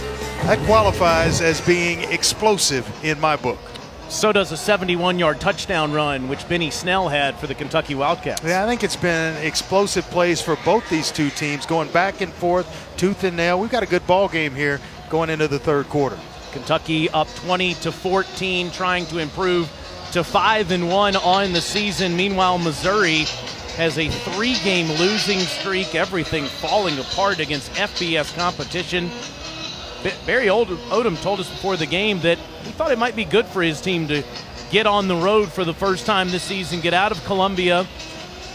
But there's been so much disappointment in the last month. Remember, this program has not won an SEC road game since beating Tennessee in November of 2014. And their first road trip of the season. They've been home for 4 consecutive weeks before the bye week, and they're coming in here with it being their first road trip. Off to a pretty good start and right in the thick of things. They needed desperately to score before the half. They were able to do that, getting the ball first out of halftime. They are set up well here to start the second half. They get the football from Austin McGinnis, who kicks it to Rashad Floyd. Floyd fields it at the 4. And tackled at the 26. Just a moment ago, Olivia Harlan caught up with Missouri head coach Barry Odom. Thank you, Coach. What a great way to end the half with that 58-yard touchdown pass. How impressed are you with Drew Lock to pull off those 2 big plays? Well, we needed some momentum, and we've had some opportunities and haven't been able to connect, and then did right there before the half. So we've got to protect the ball, get in here, second in the second half, and the defensively find a way to get a takeaway. That could be the difference in the game. Well, your offense has only been on the field for 10 minutes. How important is it to keep your defense fresh, especially up front? That'll go down into the fourth quarter. As long as we can come away with some points, we'll be all right. Thanks, Coach. Thanks. All the big plays tonight. Look at those. 8 on the season of 50-plus yards, 4 of which have gone to J'Mon Moore, including 1 tonight. Clock goes underneath, too far in front of Kendall Blanton. It's second down. Yeah, they went through the bye week, and he became a focal point of really trying to implement Kendall Blanton into this offense. He's very athletic. He's got solid hands. I talked about the size. In a redshirt junior, he has a ton of talent. And they've been trying to work him into this offense. Dad Jerry was a linebacker here at Kentucky in the 70s as Crockett gets the football and is still going up to the 33-yard line. Let's check back in with Olivia. Taylor, bad news for the Kentucky defense. Chris Westry and Naquez Pringle are both out for the rest of the night. The good news is Naquez's x-ray came back negative. Big nose tackle out. Matt Elam and Cordell Looney playing instead, and Crockett finds a hole near the 40-yard line, and he moves the chains for a first down. Well, I think Josh Heupel has found something with this Missouri offense, and it's come when they were able to run the football. Lock. Quickest team in the country on offense, and look at that. That's a great pass to Emmanuel Hall, who had the touchdown before the end of the half to move into Kentucky territory. And that's just respecting the speed of Hall. He gets you and gets behind the secondary late in the second half for that big touchdown catch. Big cushion being given to that young man here to start the third quarter. That was 18 yards. This one can't be grabbed by Hall as he went down to a knees. Beatty was right there with him. Just got to throw him a catchable ball. It's there. I mean, they're giving the cushion with a back pedal. That one should be just like you're handing the football off.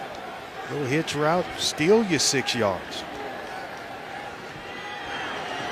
265 total, 261 total yards for Missouri. No question, the most rhythm they've been in since the Missouri State game.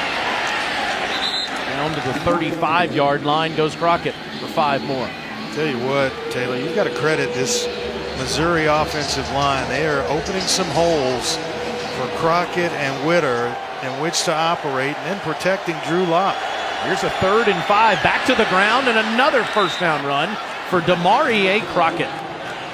He had the tailbone injury a couple of weeks ago, and we asked Barry Odom about that on Wednesday, and he said, the bye week gave him an opportunity to get to 100%, and he certainly looks like it. Fakes it to him, throws over to the sideline, and that's incomplete.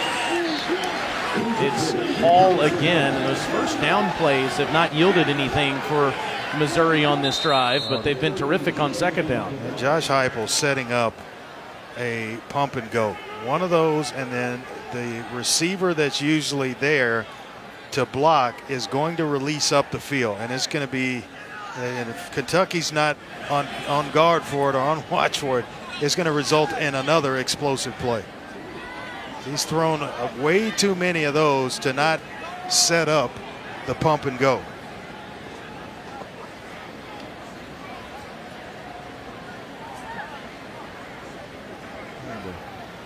Confirm this. This is the injury on the field, and that is Beatty again, who's banged up. Went out of the game in the first half, and will have to leave after this play. Lost Westry.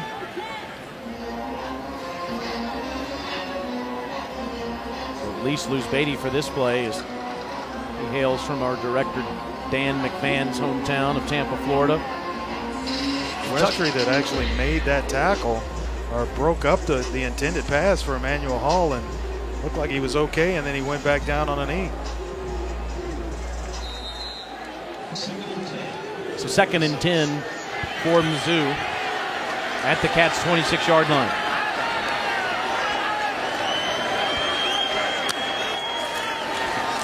option.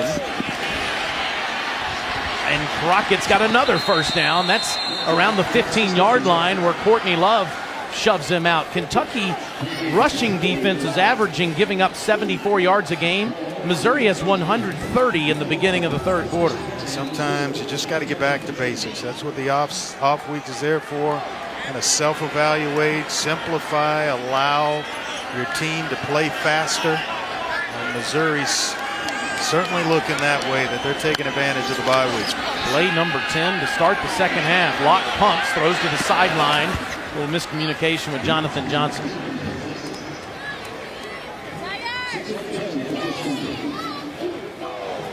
Third in the country coming into tonight. So stout with their front seven. Give Missouri credit for the way that they have come out of the gates tonight. You combine that with some banged up cats, including Naquez Pringle, their nose tackle, out for the rest of this game. Locke takes it out of Crockett's belly and gets back near the line of scrimmage, might have gained a yard. We talk about the 74 yards per game given up on the ground by Kentucky. They only allow opponents 2.6 yards per carry. That's best in the SEC, and that was coming in and 5th lowest in the entire country. Tonight, Missouri, not known for their run game, but they're certainly picking away at a scab. It's the 12th play of the drive, a 3rd and 10 with Itch Witter back there in the backfield with Locke. And the play clock down to 5. They have to hurry here. Locke to the end zone. Miscommunication again with Johnson. It's 4th down. I would much rather, and Drew Locke's got to be kind of in tune with what's going on in the game rather than rush. When you get down and it's an important 3rd down inside the red zone, go ahead and take the timeout. Don't rush the play. If it's not what you want, it doesn't look the way guys are moving around, they're not set, then take the timeout. It's important to get the score and get the play call right. James Workman gets off a good snap here. This one's better, but this one's pushed by Tucker McCann. There is a flag that comes down as McCann goes to the ground, missing a 38-yarder in the first half. Running into the kicker, defense, 5-yard penalty, repeat 4th down. That was Lonnie Johnson. It's going to be right off the edge. Watch number 6 come into your screen. Well, after the kick.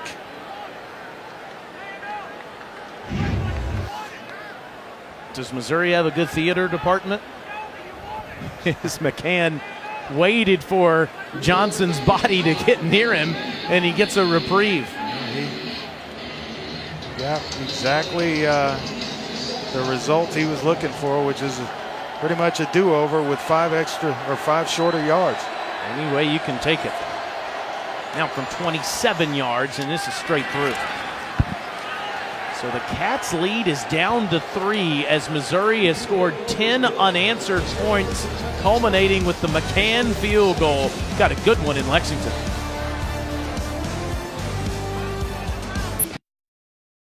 We're not winning games yet, but we will. I'm the man to go get it done with this staff, with this team, with this program. This ain't dark days. This is when the going get tough, you build in together, you fight together, and you go find a way to get it done. I want to get one thing real straight. I'm going to win here. That's going to happen. We will win. It's 2 Saturdays ago after the 51-14 loss to the Auburn Tigers, had the open week last week, continued throughout that press conference to say this is a turnaround. Played for Coach Smith, Larry Smith, in the late 90s. Defensive coordinator for Justin Fuente and for Gary Pinkel, and said they did it and I will too. Yeah, could have gone 2 ways. His players could have really heard that message, well, it's a turnaround, and he doesn't believe that we're the ones to get it done, or you tighten your chin strap up a little bit tighter and go out and play hard and fight for your coach. And I think that's exactly what Missouri has decided to do. This football team, they tightened it up, put that mouthpiece in, and they're very much in this football game tonight. Benny Snell in the backfield with Steven Johnson. Snell 8 carries for 8 yards, but the 9th carry went 71 yards to the house. This one's straight ahead to the 29-yard line. Andre, what would you like to see Kentucky's offensive identity be in the second half? Yeah, I think they're going to run the football a little bit more and maybe try to shorten this thing. We got a player down here. Looks like it's Logan Stenberg, the left guard. He's the only Kentucky offensive lineman that has not been shuffled around in the first 6 games of the season. Seems to be in a significant amount of pain. We'll check on him in just a moment as the Cats are up 3.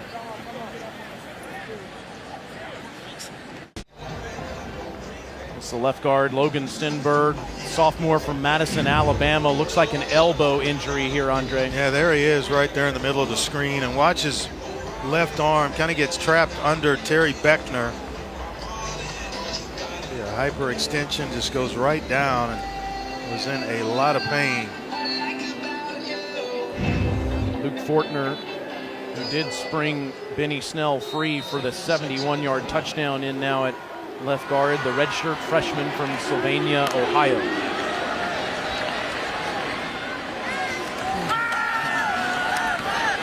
Johnson underneath, throws behind his intended target, and Cole Garrett says he has an interception. And so do the officials.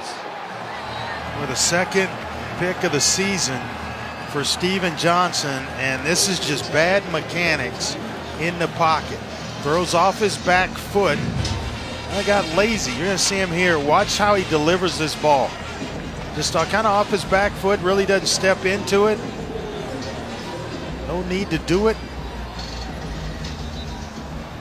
Cole Garrett has Missouri set up an excellent field position. He thought he was going to get more pressure than he did. And if you're playing the position of quarterback, you think, well, there's a guy in his face. Well, there are always guys in your face. You've got to stand in there, step into the throw, and lead the receiver out in front. Hale was Johnny on the spot. It gives Missouri terrific field position. And there's the ball out. And it's recovered by Kentucky as the hat was put on Crockett. And Hoskins comes up with it for the Cats. Kentucky's had to go to second and third string defensive linemen due to injuries tonight. Hoskins comes in. Phil Hoskins, the defensive lineman, comes into the game and recovers this fumble. It looked like West put his head right on the football.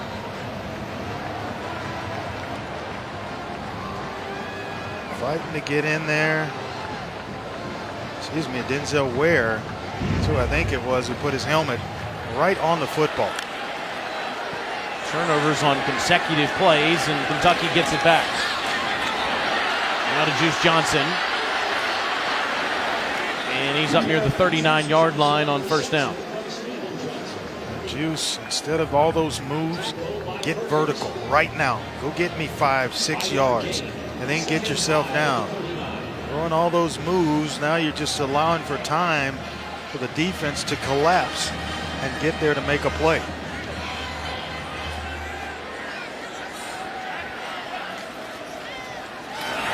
This is Snell carrying Mizzou Tigers with him right near the first down marker. Jordan Harold went for the ride there on Snell's 11th carry of the ball game. Yeah, you asked me a while ago, what would I do in this situation if I was Kentucky? And it's give it to Snell. You got a couple of offensive linemen out. Stenberg's out. Go ahead and let these big guys, the easiest way to compensate for that is to allow them to run block. Let them push on bodies and move and reestablish the line of scrimmage. Tries to move the pile, and the offensive line pushes him ahead past the 45-yard line to move the chains. Love the call. So many times you have play callers taking the ball back to a back that's 5, 6, 7 yards deep. It allows for penetration. Short yardage situation like that, just run the quarterback sneak and get some push inside.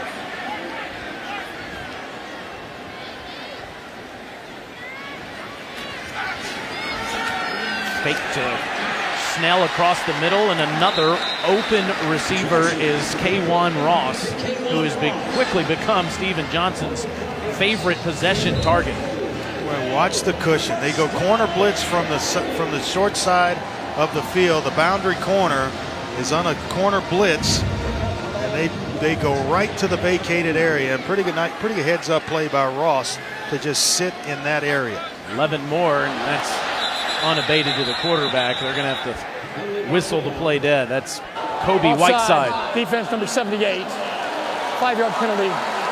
Still first down. Whiteside said, hey, I'm offsides. What the heck? I might as well get a piece of the quarterback. I'm here now. I might as well just keep going. Freshman from Andre Ware country by way of Houston, Texas. Exactly where A-Leaf Taylor is, right down Highway 6.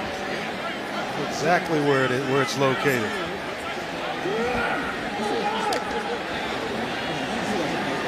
Golden opportunity for Mizzou instead of fumble, and now Kentucky in Tiger territory as Lynn Bowden makes the catch and moves the chains. Impressive drive here being orchestrated by Eddie Grand, the play caller for Kentucky. Mixing the run, a little bit of Benny Snell in this drive, and some quick passes. Knowing exactly where the blitz is coming from, the execution of Steven Johnson, and Kentucky is on the move, Taylor. Johnson looks over at Coach Grand, 31 years in coaching. Such an impressive man who has a terrific connection that he has built with Johnson in this offense. Keeping it himself is SJ, as they call him, and he's down near the 21-yard line. And that play right there rallies everybody. You see Blake Bone tapping him on the helmet, the offensive lineman. That gets them involved. The defensive players, they're watching him. You know, this guy, he has full belief in this entire football team. When the defensive side of the ball starts to compliment a guy and they believe in you, like Josh Allen was talking about SJ yesterday, that's when you know that you've won them over. Here comes the Wildcat again with Snell, standing about 6 yards behind Drake Jackson. Wants to throw it, throws a lob, wide open is Conrad, but he drops the football. Nice play by Thomas Wilson, the safety, to get back in coverage against Conrad. If he puts more on it, C.J. Conrad's going to walk into the end zone. But they go with a blitz, and he had to get the ball out quickly, a little bit quicker than Benny Snell wanted to. Otherwise, that's 6 points. You love the play call. Love the play by Thomas Wilson on the back end. Ball in the air just a little too long. Too much hang time under that Snell throw. And Johnson tries to move the pile, and he can. He is wrapped up by Hall. A little short. 4th down and about the same. I'll roll the dice if I'm Mark Stoops here. I'm trying to take the fight out of this Missouri team. Measure this. See if he may have gotten it. I think he's actually going to be a little bit short, but I believe in this offensive line. They've done a nice job tonight, even through injuries. They'll go for it here.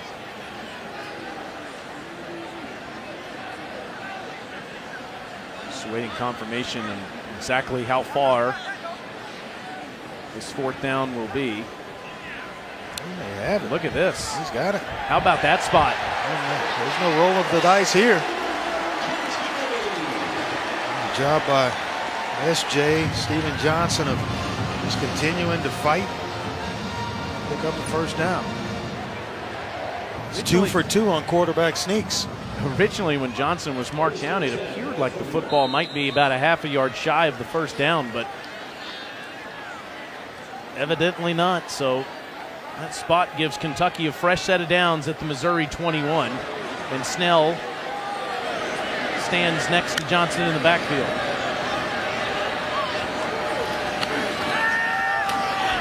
SJ to Snell to the end zone, incomplete. Flag comes in. That's actually Taven Richardson, as it was overthrown, but Adam Sparks was down there in coverage and could draw the penalty. Picking on the true freshman, Sparks.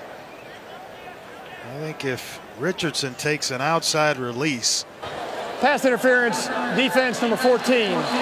15-yard penalty from the previous spot. Automatic first down. I mean, this is designed where you need to get outside to create room away from the safety. You want to release out here. He releases inside. That allows that safety, Wilson, to squeeze the throwing lane, making it a more difficult throw. There's the pass interference that bails him out, but he can certainly help the quarterback out with an outside release. Cats are at the doorstep. This first and goal from the 6. Straight ahead, Snell, forget about it. Easy touchdown. Oh, Arian Foster at the end of it, little bow. Bunchy Stallings and Luke Fortner with great blocks in front of Benny Snell, and he's got his second touchdown of the night. Wanted to really focus on him that drive, getting him the football. This job of mixing up the play calling by Eddie Gran, the offensive coordinator.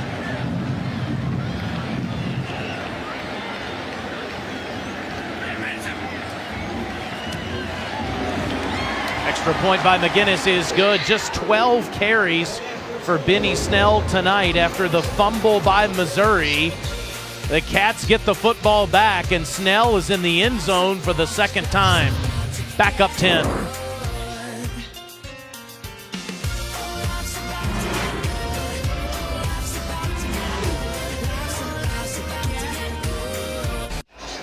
Kentucky's back up 10. Last year they ran for over 3,000 yards, second most in school history, and they averaged a program best 5.43 yards per rush.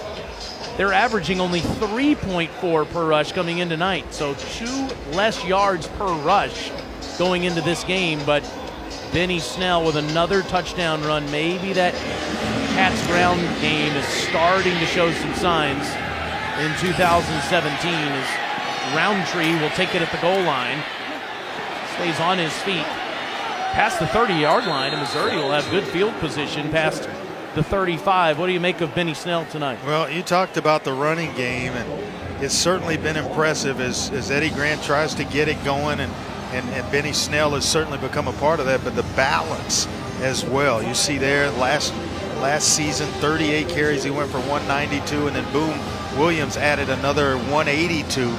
Well, he's got a lot of football left to play, already at just about the 100-yard mark and 2 touchdowns. But the balance of Kentucky, I think, is what's given Missouri's defense problems. 27 passes, 25 runs. Locke quickly goes back to work, and Jamon Moore makes the catch in front of Lonnie Johnson. And just to kind of put a bow on that, Taylor, is that Barry Odom, the defensive play caller, really can't get a bead on what Eddie Grant's doing because you're mixing and matching so well.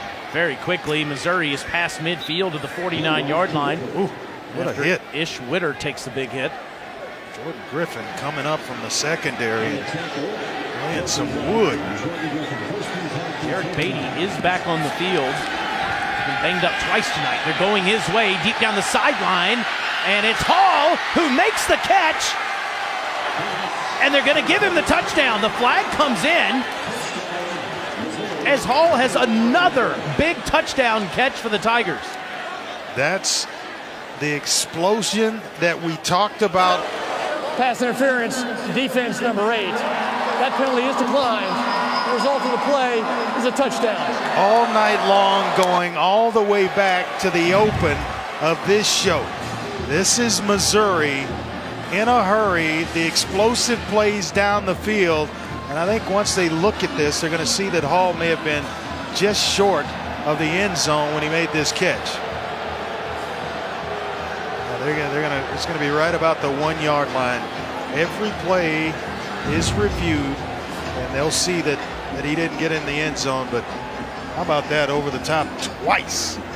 You're always trained, of course, in this business to wait until you see the official put his hands in the air, and I thought for sure they were going to mark him down at the 1-yard line, as you just said. It was obvious that Hall made that incredible catch at the 1. for a 48-yard reception. Now, if the play stands, it's a 49-yard touchdown. He is a 58-yard. After further review, the runner was short of the goal line. The ball be placed at the 1.5-yard line.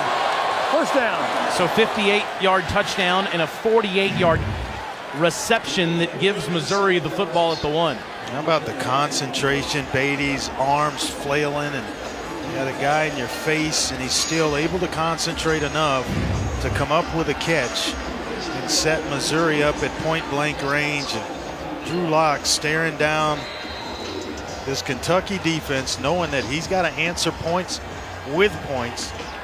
Able to find Hall on 2 occasions. There it is. Look at the outside release that we talked about. Therefore, the safety can't get into the play, and all three of those, we'll get into that after this play. From the 1-yard line, Locke will keep himself, dive in, touchdown Missouri.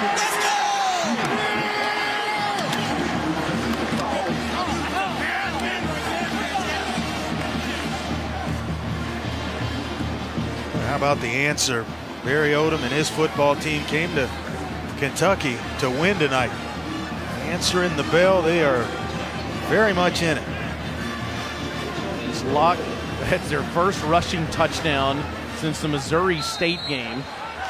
And it's the 3rd rushing touchdown of Drew Lock's career. Just had 4 yards rushing on the season before that play, but screams out a let's go. He has never lost confidence during this losing streak. And his Missouri Tigers are right in it. Locke shows off the arm with a 48-yard pass to Emmanuel Hall down to the 1-yard line. And then the junior quarterback pays it off.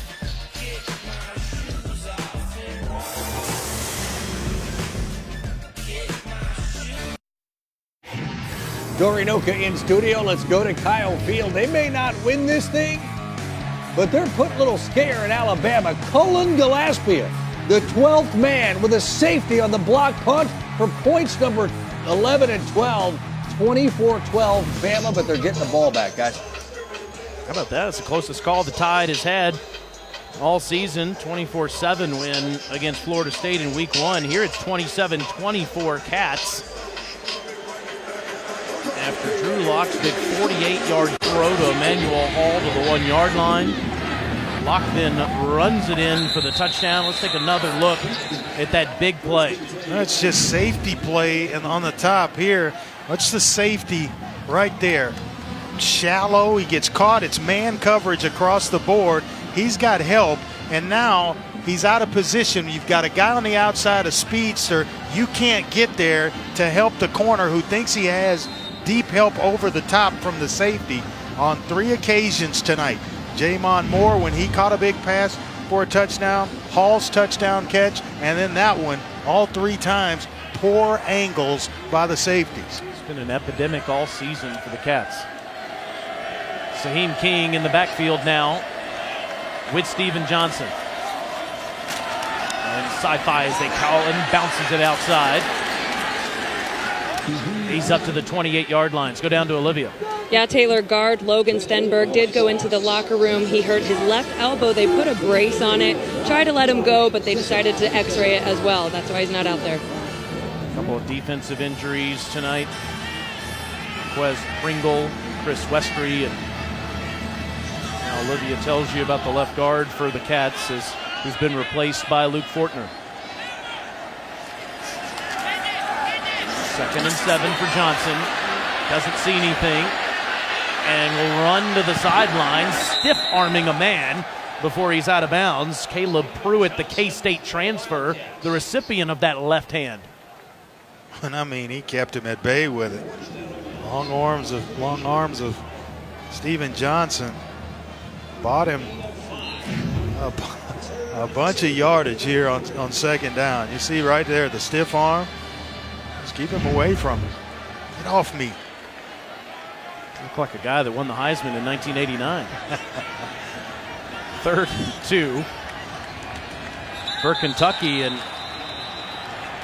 getting out of his stance there is the right guard. Offense number 65. 5-yard penalty. It remains 3rd down. It's Bunchy Stallings. It's his more natural position. He plays some center, but he's a natural guard. A little too jumpy there, and advantage just that quick. We go from 3rd and 2 to 3rd and 7. Advantage flips itself to the defense. Feels like a big moment here as the Cats are up 3 on Mizzou, who's got some momentum. Free rush to the quarterback, and it's incomplete. Intended for Richardson as the Tigers were in the backfield again, and they quickly force a 3 and out. Well, watch Terry Beckner Jr. right there, right in the middle. Watch how fast he splits and gets right into the quarterback's face. You don't mind pressure if it's from the outside where you can step up into the pocket where you're protected. Where you don't want the pressure to happen is right in your face and immediately, as it happened there with Beckner. He'll be playing on Sundays for the next few years. They scream Peter, Peter, which of course means get away, as that's not one of Panton's best punts. Just 27 yards. Missouri has made some big plays today, and now they get the football back, only down 3 with good field position. Jamon Moore over the top. He's got the scoring started for Missouri. We go to Emmanuel Hall with a deep pass late in the first half. They come right back to him the previous drive, able to set him up at the 1-yard line, and then Drew Lock gets himself into the end zone, and Missouri with some pretty good field position. Now, they've gone to Hall a couple of times. Look for him to look for Jamon Moore on the other side of this formation at some point here on a deep ball. Now Crockett in the Wildcat as Locke goes out as a wide receiver. And Damari is straight ahead. The ball comes out at the end of the play. Going to rule him down. The whistle blows, it doesn't matter. He's down right, we're just past the 50-yard line. Jordan Griffin. Late. He's down for sure. A fake reverse. Locke will load up, taking another shot. Hall's wide open again, but it's overthrown. Man, where are the safeties in this Kentucky defense? Hall is just, it's like he's running an open quarter by himself. Just down here, and he's going to run the post route. Safeties get lost looking inside. They flatten off, and Hall is just running wide open. Like he's at track practice by himself. Nobody's there. So Missouri misses the touchdown on a 49-yard potential play, and instead the Cats will call timeout here in a 3rd and 4. And look at Barry Odom come out there and talk to the Missouri offense, feeling a little swagger at the moment. Very passionate this week about maybe trying to interject some energy into his football team. And I tell you what, this is the best that Missouri has looked all season long. Let's go down to Olivia. Well, Taylor, since the half, there's been a new confidence on that Missouri sideline. Even after the turnover, coaches and players were saying, it's okay, we'll get our rhythm back. You know, a lot of that comes from Drew Lock. Coaches said all week and really during this tough stretch of losses, he's had a great energy, confident in meetings. And then, of course, offensive coordinator Josh Heupel said it's 11 men acting as one. Well, that translates when they're on the bench as well. Yeah, they're going to have to do something about the safety help, maybe putting 2 back there because they've got 2 burners in Hall and Moore on the outside. They can take some shots. So I think the best way to try to offset that is to press with the corners, knowing you got safety help over the top. But then you take 1 defender out of the box for the run. Lock on 3rd and 4. Drifts back and throws for the first down inside the 45-yard line. It's Jonathan Johnson again. Yeah, very quick receiver. The coaches love using him in the screen game or just trying to get the ball in his hands like he is there. And once he's in the open field, he can do some things for you. This is a nice drive with excellent field position to start this for Missouri. Take to Witter, throw to Moore. He's inside the 35 down to the 34 as all 13 completions are to 3 receivers, Moore, Hall, and Johnson. Felt like he's been missing in action for a while. They were going to find him at some point. Locke again will run up to the 31-yard line. Lonnie Johnson was right there in front of him. Moves the chains. His job of protecting himself. Get as much as you can. Go ahead and get yourself down and move the chains. Fresh set of downs here for Missouri. This is impressive.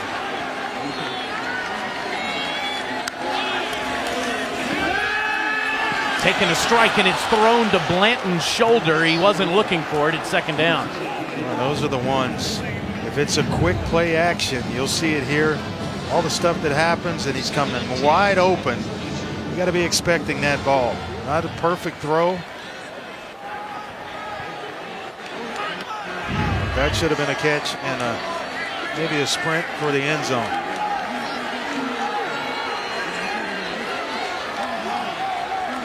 Second and 10.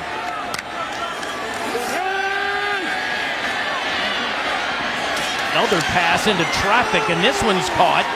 That is Rashad Floyd. Floyd is down to the 15-yard line. It's a 17-yard pass from Locke to the sophomore from Gulfport, Mississippi. Yeah, Floyd makes it an even number. Now 4 receivers catching passes from Drew Locke. Missouri has not led a football game since September the 9th. And that was near the 13-minute mark of the second quarter against South Carolina. And here they are in the red zone against Kentucky, trailing by 3 towards the end of the third quarter on the road in Lexington. Locke to the end zone, but overshoots Floyd at second down. I think it was actually Moore that a little bit of a miscommunication. Wanted Moore on the fade route. He pulled up, and Locke thought he was going to go ahead and continue with the route, put it in the air early, trying to anticipate, and lob one over the top to J'Mon Moore.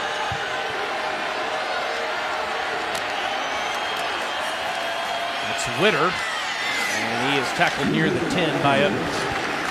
Almost about 90%. Throwing incompletion on first down. Most coordinators, to try to get back on schedule, are going to run the football on second down to get to third and medium, which is exactly where Josh Heupel wanted to get to, and he's there. 3rd and 5 for Missouri from the Kentucky 10. Good numbers on this down so far tonight. Locke has plenty of time. Forced out and throws underneath, but short of the first down to Witter. It'll be 4th down for Missouri at the Kentucky 8. Boy, what a nice job by Josh Allen of going out in his pass drop with the running back Ish Witter. Witter was they're trying to sneak him out. Watch at the top of your screen. They wanted Witter 21 right out of the backfield. And Josh Allen kind of got out of his pass rush, broke off and went with him, and there was nowhere to go with the football. 25-yarder by Tucker. McCann is good, and we've got a tie ball game with 24 seconds remaining in the third quarter.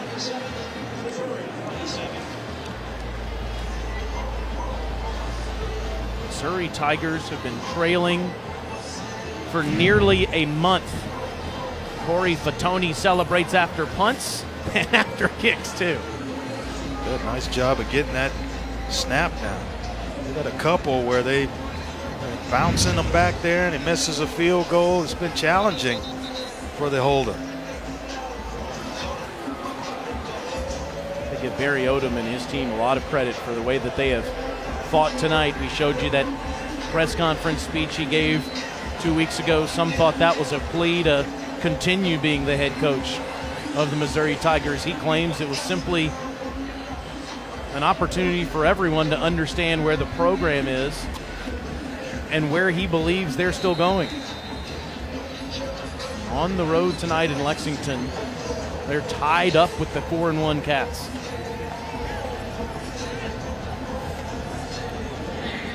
Missouri has outgained Kentucky 172-58.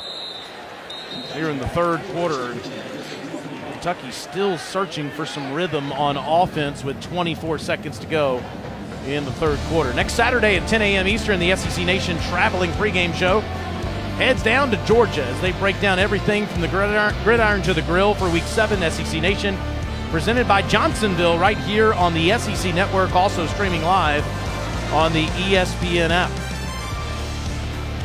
Oh, the position of quarterback, easy to play when you have the lead. Tougher when it's tied up or you got to play from behind. Shovel pass ahead to King. And he gets past the 30-yard line up to the 31. Remember that Kentucky is 4-1 on the season. They do have the one loss to Florida. Florida lost earlier today to LSU. Georgia Bulldogs are undefeated in the SEC East, so still 3 teams that have a chance in that division. 2 plays in that Florida game. Kentucky wins it. 10 men on the field, giving up big plays, but this is a good one. Stay with us. Tied up at 27.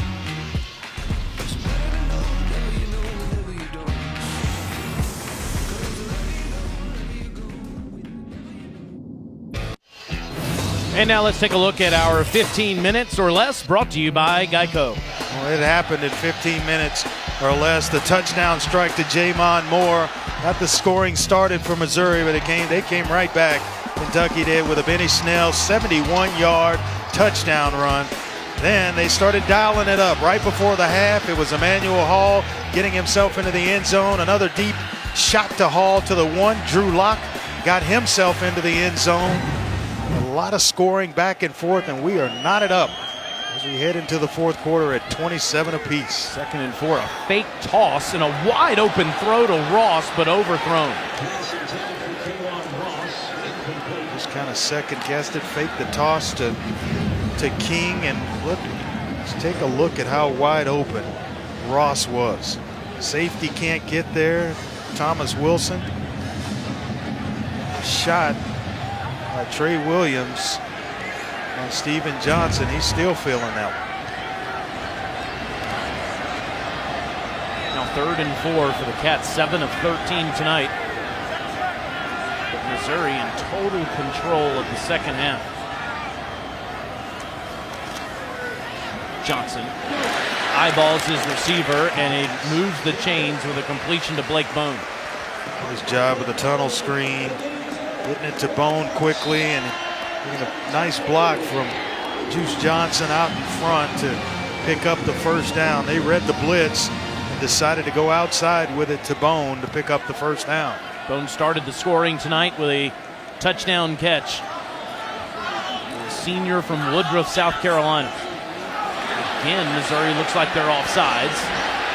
And Bone almost makes a spectacular catch. It's incomplete. Yeah, free 5 yards here. Why not take the shot?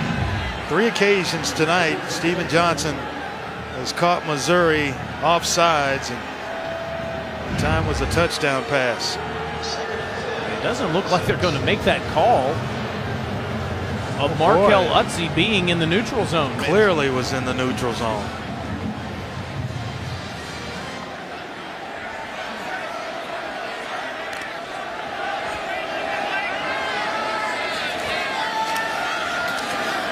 Johnson has plenty of time, and he's got a wide open receiver. It's Juice, and he's loose inside the 20. He's in the end zone. Juice Johnson puts Kentucky back on top. How do you get the nickname Juice? Well, I bring energy to practice each and every day. Certainly brought a little bit of juice to this Kentucky offense right here. Behind coverage, you got Cale Garrett running from behind. My money's on Juice Johnson every single time.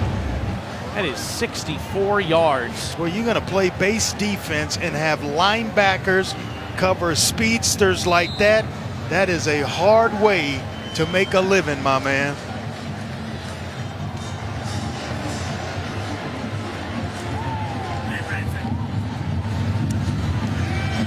Austin McGinnis' extra point is good. That is the 6th play of 20-plus yards for Kentucky tonight.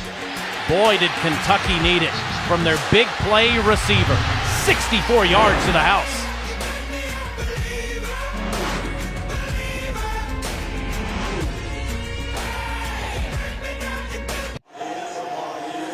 Steven Johnson to Juice Johnson. And Kentucky now leads Missouri 34-27 after that big 64-yard touchdown pass caught by the senior from Winter Garden, Florida. Puts the Cats back on top. He was full of energy as he brings it every day. He talks about bringing juice to practice. Nickname stuck. Every single time Kentucky tees it up, it seems like it's a close call. Let's take a look at the road to Atlanta, brought to you by Mercedes-Benz. The Cats are certainly part of this conversation, led by the Georgia Bulldogs, who are 3-0, and they're going to move up after Oklahoma's loss. They'll be in the top 4 in the country tomorrow afternoon. Florida Gators fall today to LSU, and you see Kentucky at 1-1. And the Dogs have to play the Gators and the Cats coming up here in the next month, which will decide who will be in that brand new Mercedes-Benz a lot stadium. Of game left before they can start even remotely thinking about down the road. Locke's been on fire in the second half, but Jonathan Johnson cannot make the grab. It's second down. What a heck of a play on the back end by Jordan Griffin. Coming in, dislodging that football. Johnson was getting ready to turn on the burners.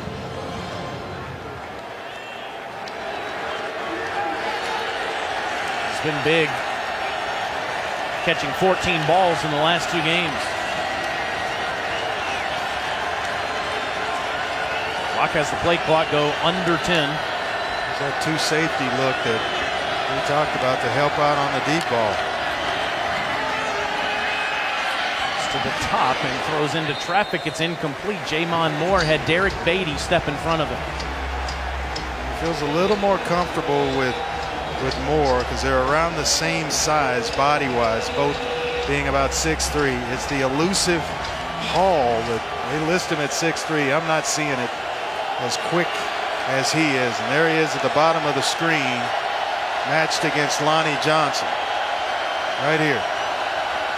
Big play Hall. See if Locke looks his way on this 3rd and 10. Missouri's been feeling it, scoring on 4 of their last 5 drives. A 3rd and 10 from their own 25-yard line. Locke again wants to go deep.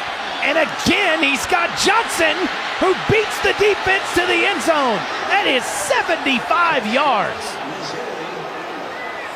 It's essentially the same play that Kentucky hit Juice Johnson on. You had the linebacker Cole Garrett chasing. Now flip it on the other side. It's Courtney Love, all 242 pounds, working against the slot receiver Jonathan Johnson right there. No way in the world can a linebacker stay step for step with a slot receiver. Johnson had a 65-yard catch on the first play of the season to start the Missouri scoring against Missouri State. He goes 10 yards better on this play from Drew Locke. Jonathan Johnson in the end zone. Tie ball game in Lexington.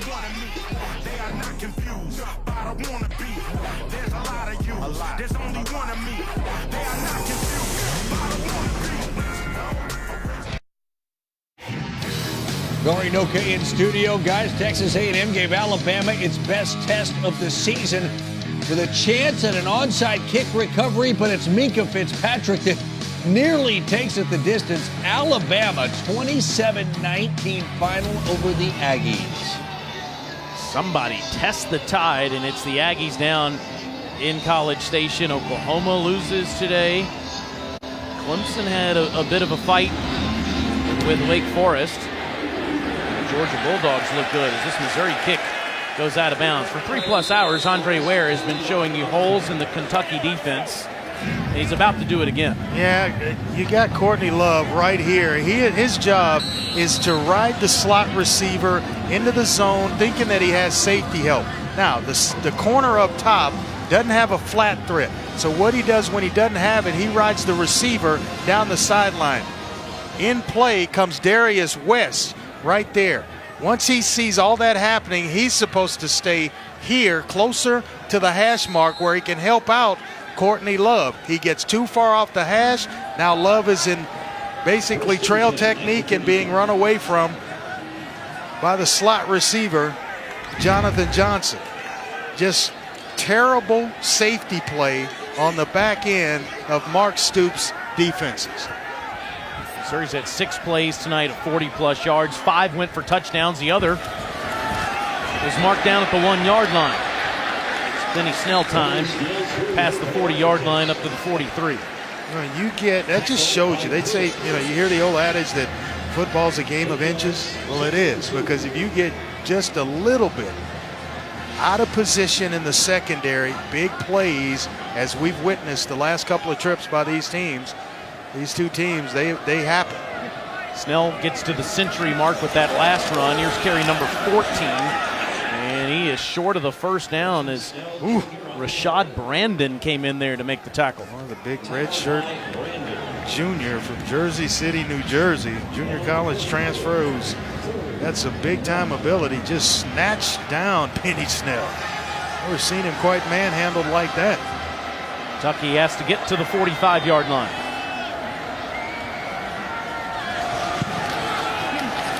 And Snell's not going to make it. He is tackled by Caleb Pruitt at the 44.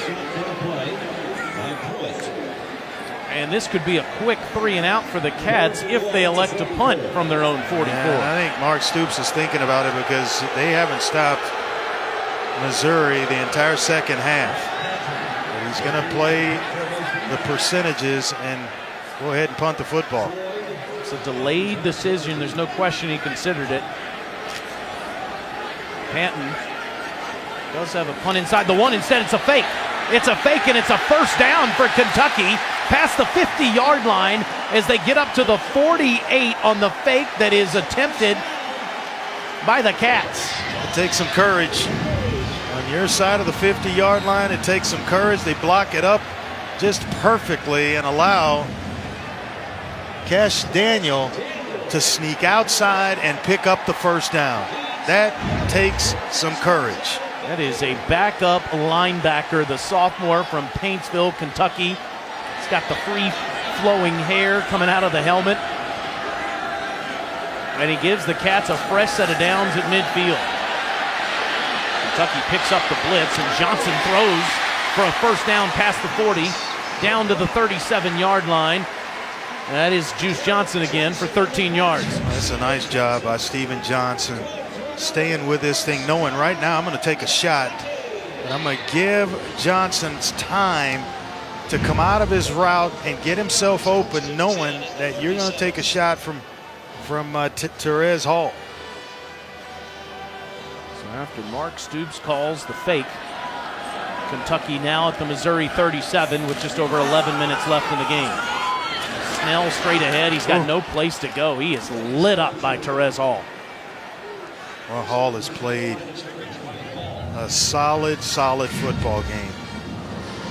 He has been in on a couple of blitzes to be getting himself in the face of Johnson and timing things up just right in there, and run support just in the right place at the right time. Oh, look at all this cushion up top. Just give me a nice hitch route to get yourself back on schedule. Missouri all night has had trouble with Steven Johnson's cadence, and Snell gets to the 35-yard line. It'll be third down from there after another Terez Hall tackle. Yeah, that's the experience of a senior quarterback, changing the cadence, changing the snap count, barking. You can hear him way up here in the press box barking out signals, trying to get Missouri to jump, and he's been able to do it on a couple of occasions tonight. It's the 10th tackle for Terez Hall. Sets up a 3rd and 8 for the Cats from the Missouri 35. They are in Austin McGinnis field goal range. A single safety. Ross has been the go-to receiver. Johnson's got time, throws into traffic, and they're going to give him the catch down there. That is Taven Richardson, down to the 15-yard line for 20 yards. Remember, every play is reviewed. Let's see. Nope. This one's going to come back. Kentucky's certainly going to try to snap the football quickly, but... And they get it off. Oh, there is a whistle. How about that? Benny Snell is furious. They tried so hard to get it off before it could be reviewed. Complete pass. Prior to the snap, the officiating crew is buzzed by the replay booth. The previous play is under review. The replay booth right on the spot with that one. And this one will get overturned.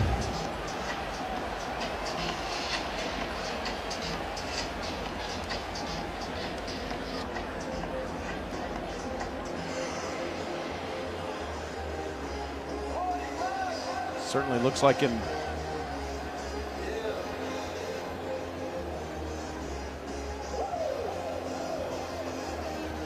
So an incompletion for Taven Richardson.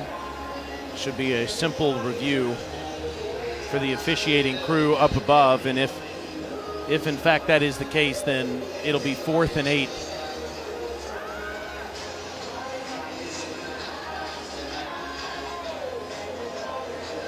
Yeah, what do you do here? I mean, I think you got to go ahead and punt the football on 4th and 8 and try to trust your defense to get the ball back for you. After further review, the pass was incomplete. Therefore, it will be 4th down at the 35-yard line. We have an issue on the sideline at the moment that we are trying to update as we have a health problem, and we're going to update that for you here in just a moment. 9:40 to go in the 4th quarter.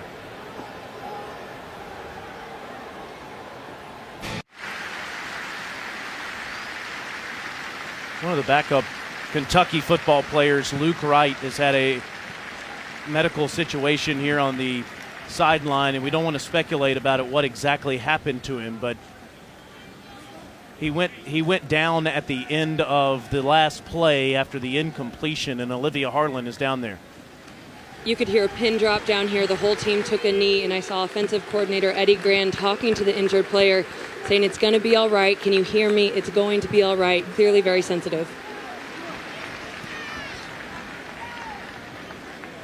Luke, one of the backup quarterbacks, wearing that yellow jersey tonight so that he can be seen by Steven Johnson to help get the plays in. 4th and 8 at the 35. That is tough to watch. So meanwhile, Austin McGinnis is going to come in to attempt a 53-yard field goal. McGinnis has attempted 4 field goals past 48 yards in the last 2 weeks. His career long is 54 yards. And this is on the way, and it is straight through the heart. Plenty. McGinnis gives Kentucky a 37-34 lead with 9:40 left.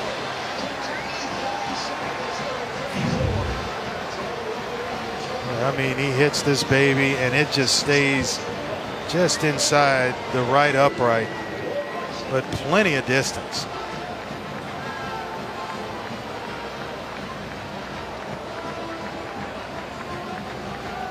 Been good from about 60.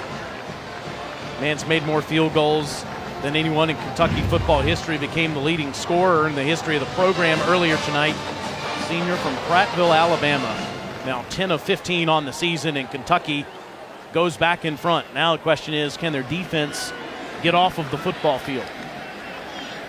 Drew Lock, you can just see the confidence in which he's playing with, the body language. It just exudes confidence, and he can't wait to get back on the field to take a shot at this Kentucky defense again. Lock's been outstanding tonight, throwing for 319 yards and 3 touchdowns. some big play after big play. How about Emmanuel Hall tonight?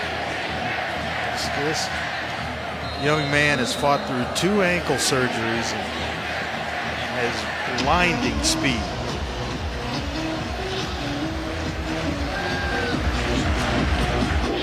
This is Larry Roundtree.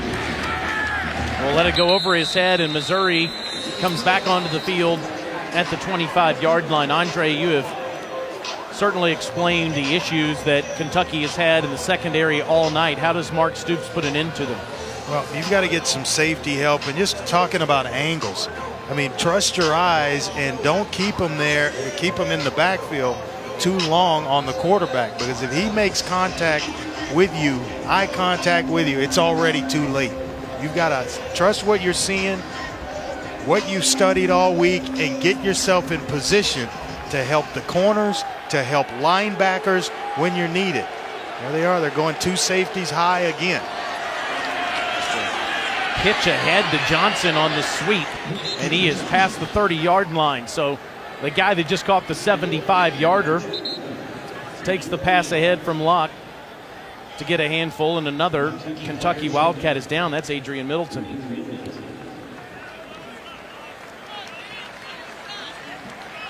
It's like Middleton's got a chance to get himself back in the game. Walking off under his own power.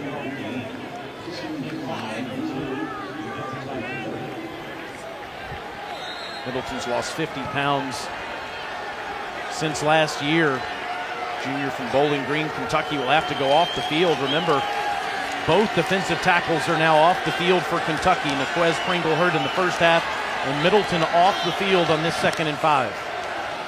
Struggled to get any kind of pressure all night, and look at that gap for Witter, past midfield and tackled by Edwards down near the 42-yard line. Well, this is the Missouri offense that we thought we would see all season long. So many starters coming back, or at the beginning of the season at least, and they opened the season that way against Missouri State, and then since then it's been a struggle. 27 yards for Witter on the last play. This time he'll get about 2 as Courtney Love makes the play. It's 2nd and 8. Looks like Josh Allen is down again, trying to tough it out.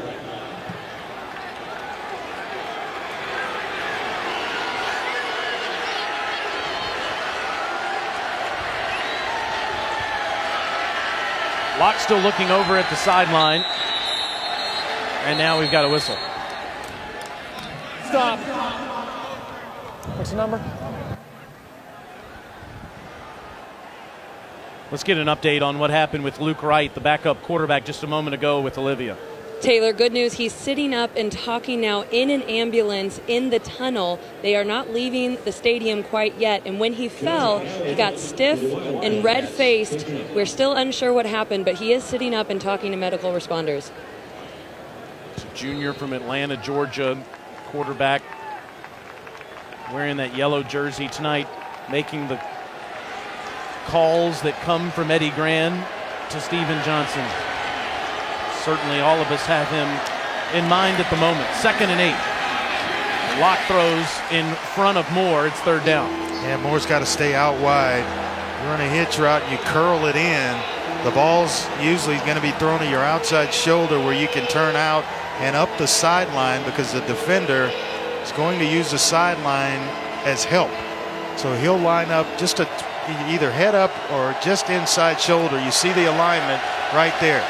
So you've got to stay out wide. You curl, you're curling right into him and inviting an interception.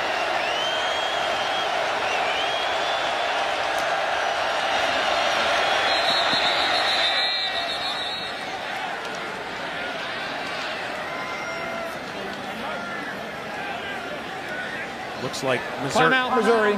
First timeout of the half. Taylor, This will be a 30-second timeout. I've been impressed with Missouri's ability to run the football. Talked about Kentucky coming in here only allowing 2.6 yards per carry on the season. Well, tonight, Missouri is running it at a clip of 6.3 yards per carry. They have been outstanding up front along the offensive line and finding it and creating holes for Crockett and Witter. And that's allowed that passing game to come to life. When you can run the football, you condense everything into the box to try to stop the run. Well, it opens up the passing lanes on the outside, and Drew Lock is taking advantage of it. What does Josh Heupel call here on this 3rd and 8 from the Kentucky 41? Well, you know, I'm dialing up 84 and seeing where Mr. Hall is, or Jonathan Johnson, who has been outstanding himself. Those two right there. There's Hall out here. Can't locate Johnson yet. I think he's right inside of it. That's him in the slot on a 3rd and 8 with 8 minutes left in the game. Instead, they go to the ground, and Witter breaks tackles and gets the first down. They had us all fooled. We're all thinking they're going to throw the football on 3rd and 8. They hand it off underneath to Witter, and because of the pass rush and Kentucky thinking pass aggressively up the field, it's an easy block. Pass them off by you and allow Witter to come underneath and easily pick up the first down. Jared Daniel is down. There's a lot of cramps and a lot of guys exiting the field defensively for Kentucky. Josh Allen, a play before, just left the football game.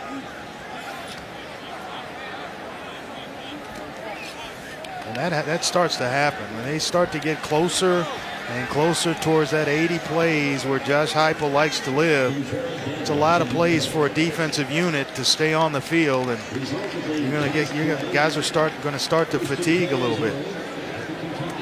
Meanwhile, Ish Witter now over 100 yards rushing on the night. 14 carries, 118 yards for the man that's been backing up Demarie Crockett since the middle of last season. We spoke with Drew Lock a few weeks ago. He said his trust in Witter has never changed. He's a good player. And he gives him a fresh set of downs. This time Witter is stopped in the backfield by Darius West. They sneak the safety West into the box, think and run on first down, and they gamble and win the chess match on that down.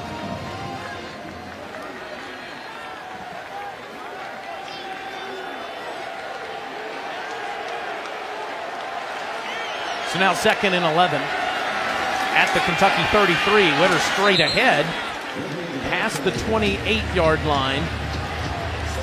And that'll set up a 3rd and 6. That's just flat out trusting your offensive line to get it done.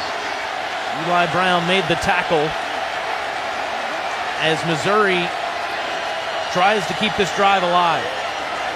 5 of 7 on 3rd down in this half.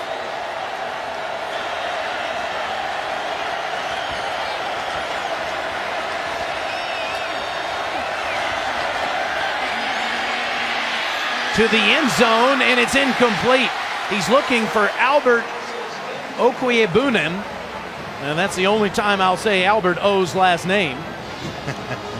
Ayo. It's 4th and 6. Trying to go to the tight end, and pretty good coverage on the back end by West. And they bring the blitz. Missouri's able to handle the pressure to give Lock time, and here we go. This will be a career long for Tucker McCann from 45 yards out. Workman to snap it, Fatoni to hold it. Bad snap again, and it's blocked. It is blocked, and it's hit into the line, and Kentucky will get the football back. Boy, there have been some questionable snaps all game long. And a couple of misses. Bad snaps. This one's certainly high and behind, and that's easy. Lonnie Johnson comes through and gets his hands on the football. Kentucky going to have some pretty good field position here. Watch again. There's the snap behind. Allows Johnson, who is, it's an easy block for him. So And Missouri's had snapping issues all night, and it gives Kentucky the football back with 6:16 to go, up 3. Johnson to Juice. Juice gets a block and steps out of bounds just shy of the 45-yard line. Woo. Put him in a phone booth, you couldn't touch it. The entire stadium going Juice. He was a lot of fun to talk to yesterday, wasn't he? 7 catches, 111 yards. Contagious personality. It's his 6th career 100-yard receiving game.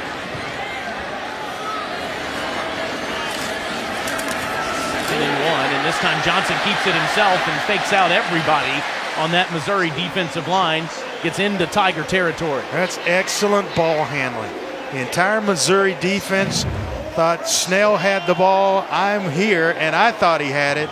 Put it in there, took it away, and I mean, just about everybody, with the exception of maybe 2 players, thought Benny Snell had the ball, and Stephen Johnson goes out the back door to easily pick up the first down.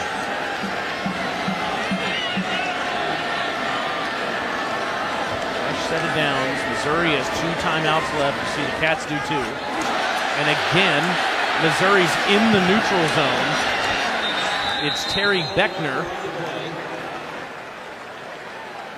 Take the 5 yards here, make it 1st and 5. And maybe Taylor. Offside. Defense, number 13. 5-yard penalty. Repeat first down. You know, in every bout, there's a time when you try to knock a guy out. This may be the time with Kentucky. See there, that nice hard count again, changing up the snap count by the senior quarterback, Stephen Johnson. Well, 1st and 5 is in plus yardage territory, usually when you go downtown. They blame the wrong guy there, as it was Beckner who was clearly in the neutral zone. It's 1st and 5, 5 minutes left. Johnson sidearms one to Bowden and breaks the shoestring tackle, and he's got blocking out in front. Bowden with a stiff arm, and he dives down at the 22-yard line. He stiff-armed Ronell Perkins at the beginning of the play, and he ends up with 26 yards. You can understand why everybody is infatuated with this true freshman. Yeah, including Juice Johnson, who we talked to yesterday, and we said, which one of these young receivers impresses you? And he said, Lynn Bowden is a guy that really is coming on, and he's a playmaker. He can line him up.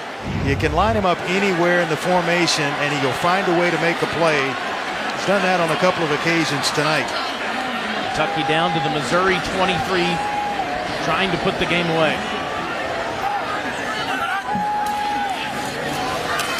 Snell will try the right side and get ahead just past the 20, where Cale Garrett makes the tackle. This is that slow bleed where it starts to get a little frustrating defensively if you're Missouri. Look at the balance, the play selection by Eddie Gran. 35 rushes, 37 passes. That is tough to defend if you're Barry Odom, the play caller for Missouri.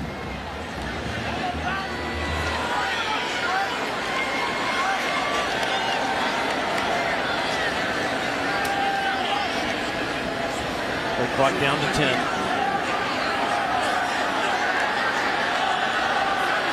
Snap it with 5. And Snell will bounce it outside. And he's down inside the 10. It's 1st and goal as Adam Sparks trips him up. And he almost got Sparks again with a stiff leg, making him think he's going to speed by, and then he cuts it back. Nice job of edge blocking to give Snell the outside leverage he needed to turn the corner. It's a 3-point lead for Kentucky with 3:20 to go. Missouri's got 2 timeouts. And it's obvious here that the game hinges on Kentucky's ability to score a touchdown, because if Missouri limits them to a field goal, they still have every chance to win the football game. Yeah, well, Kentucky now is in their 4-minute offense, which is to basically close out the game. And it's Johnson diving over a man inside the 5 down to the 2. Well, he got caught by Hall, Therese Hall, who we've identified a lot tonight, who's played a whale of a ball game. But this is just, it's win time right here. This is where you want to win a football game, and I'm going to take a shot for my team. And let me tell you something, that goes a long way in the locker room. Come tomorrow or whenever Kentucky breaks down film, as a football team, if I'm Mark Stoops, we win this football game, that's a play I'm going to point out because it's your quarterback laying it on the line to win a football game. See Johnson's numbers tonight, snapping it with 5. Now it's Snell straight ahead, and the second effort will get him back to the original line of scrimmage. So here's a 3rd and goal coming up for Kentucky outside the 2-yard line. Barry Odom's trying to preserve those 2 timeouts and leave it for his offense to maybe go down and get a score, but they've got to get a stop here. A 3rd and goal. And if it's Mark Stoops and they get in the end zone, well, it's just about almost impossible without a score and an onside kick. Let's take a look at the Pilot Flying J fueling life's journey. So we take a look at CJ Conrad's journey, fueled by Pilot Flying J. CJ Conrad's brother Austin plays tight end at Ohio University.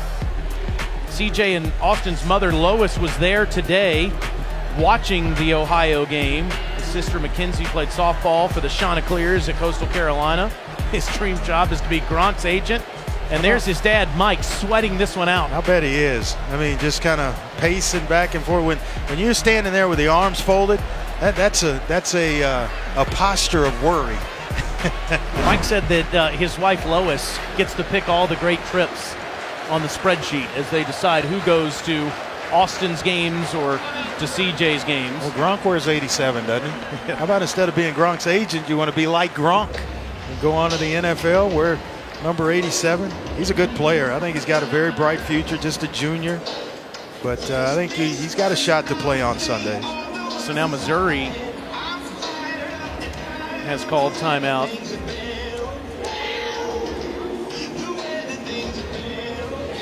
Boy, this has been some football game. The back and forth. You know, you think you have a team knocked out, they get off the mat, they throw a haymaker, all of a sudden you find yourself staggered. This has been fun to watch and fun to be a part of. It sure has. It's unquestionably the best effort that the Missouri Tigers have put together all season, win or lose. Mark Stoops right now trying to throw the ultimate haymaker. So schedule next Saturday. We're excited to go to the Grove to bring you Vandy and Ole Miss. Dave, Stinch, and Don will be down in Stark, Vegas. Boy, BYU is completely fallen apart in 2017. And it was a game they won last year. Yep. Mississippi State, I was a part of that one. Went to BYU, and BYU took care of business there. And the Bulldogs will be looking to right that ship. Of course, Tom, Jordan, and Cole have Missouri and Georgia next Saturday night. Big play here. 3rd and goal for Kentucky from the 3. Touchdown puts the game away.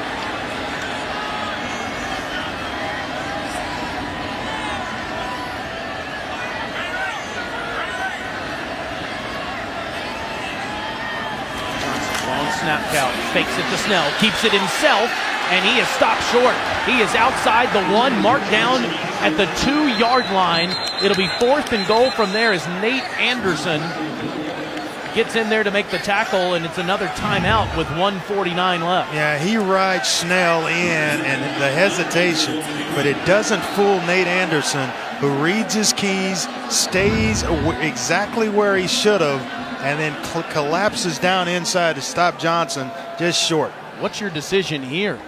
I like it. You know, you're going to depend on your defense, but given 2 timeouts, I don't think a field goal will do it because you haven't stopped Missouri all night long. So leaving them 1:45 with 2 timeouts to drive the length of the field, I'd like the option if Mark Stoops chooses to indeed go for it here. Field goal gives Kentucky a 6-point lead. There comes a time in a football game where you take the timeout and you tell, or excuse me, now Missouri's out of timeouts, but you tell your football team, we got to win. This is win time, and I'm relying on you guys up front to get it done. And I think now he's trotting out the kicker. He is. He's changed McGinnis. his mind, and here's Austin McGinnis in to attempt a 20-yard field goal to give Kentucky a 6-point lead. Kentucky has faked a punt tonight for a first down.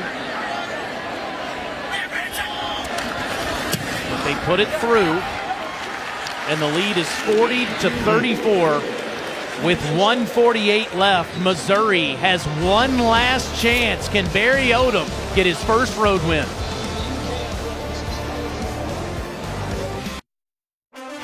SEC Saturday Night is presented by Holiday Inn Express. Be the readiest. Homecoming here in Lexington, Kentucky. Always fun to go into the photo booth. You see the homecoming queen and king honored at halftime tonight. Terrific tradition all across college football, included here in the Bluegrass. So Kentucky with this dangerous 6-point lead as McGinnis will kick it deep to Roundtree. Let's go down to the field and Olivia Harlan. Taylor, Luke Wright left for the hospital in an ambulance, but I'm told his vitals are good. That was certainly a scary moment that we had just a few minutes ago. Kentucky now leads Missouri 40-34. Here's the drive of the game coming up. Yeah, it is, and it's kind of dangerous to leave, that amount of time on the clock with Drew Lock clicking on all cylinders. They've scored out of the last 7 possessions. They've scored 5 times, 3 touchdowns and 2 field goals. They can get there in a hurry. They may leave some time for Kentucky to come back and put a drive together. Been doing it quickly all year. Fastest offense in the country at 19 seconds per play. This one underneath to Albert O, and he's up to the 28-yard line for 3 yards. First catch of the game. Tried to go to him down in the red zone and just barely misfired. Clock stopped. From the 28, another quick throw. And that is Hall that makes the catch as Johnson makes the shoestring tackle. It's now 3rd down. Yeah, certainly going to respect his speed, but they're operating quickly here.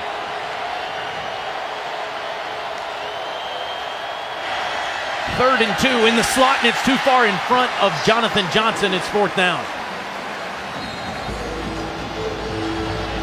Down here, and you're in a situation where the clock is going to stop if you pick up a first down. The way Witter has been running the football on 3rd and 2, maybe go ahead and just concentrate on getting the first down and then come back to your passing game. Missouri just 1 of 5 on 4th down this season, and they go to the ground game, and Crockett does more, Witter rather, does more than move the chains up to midfield.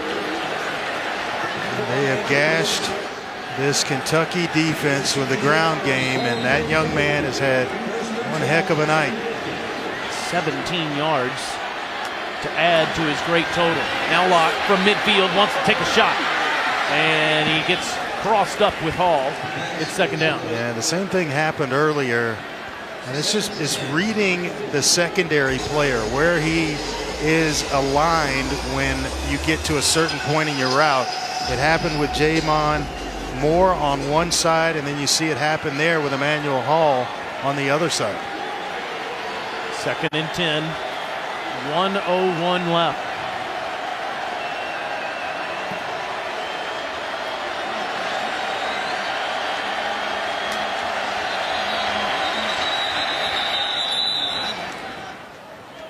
Kentucky uses their 2nd timeout. Timeout, Kentucky.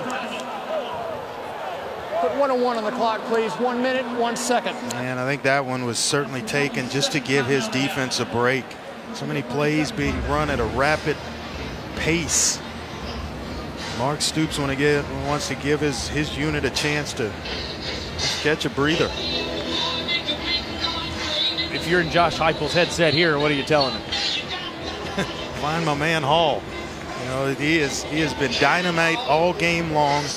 And I think the sleeper in this whole thing is J'Mon Moore, where you kind of forget him and where he is, and he can certainly light it up as he got the scoring started for Missouri. So don't be surprised if they don't dial up number 6 at some point in this drive.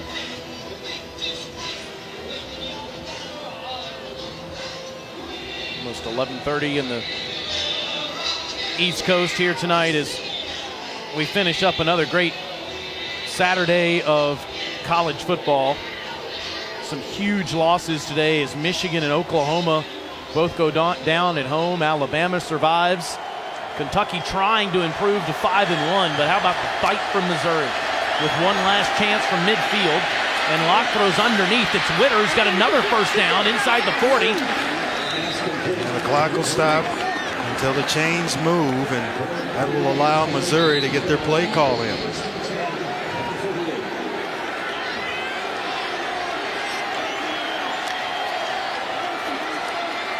Locke underneath to Witter again, and it continues to be open down to the 28-yard line. We're going to have to clock it here.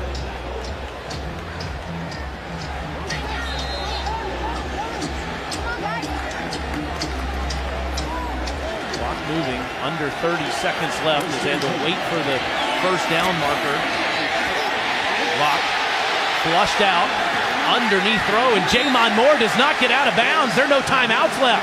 Got to clock it. Lonnie Johnson makes the open field tackle, and Missouri might only have one play left in the game, trying to get the football back. And finally will clock it with 3 seconds left in the game. Well, and I thought after the first down, once they picked up the first down, go ahead and clock the football there, so that you can settle down, get a play call in, and preserve some time. They tried to rush.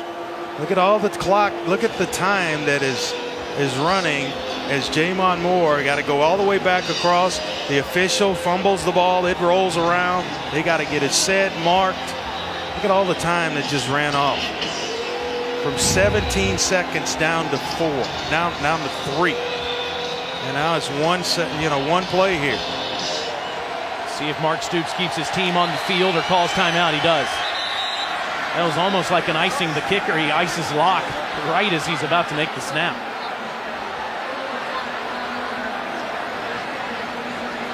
Yeah, he wants to make sure that he's got the right personnel, the right number of players on the field. That bit him against Florida on 2 occasions.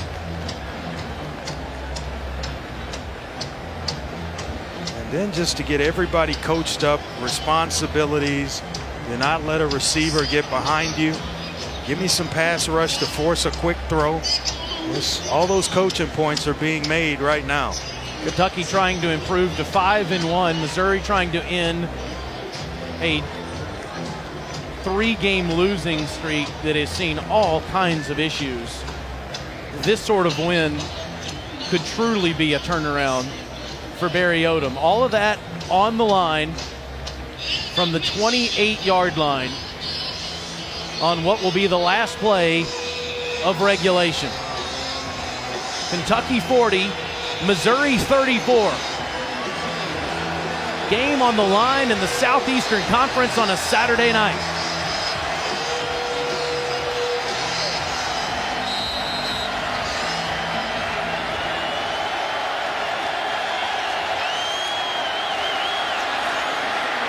Locke pumps, throws, and it's incomplete. The Cats survive again.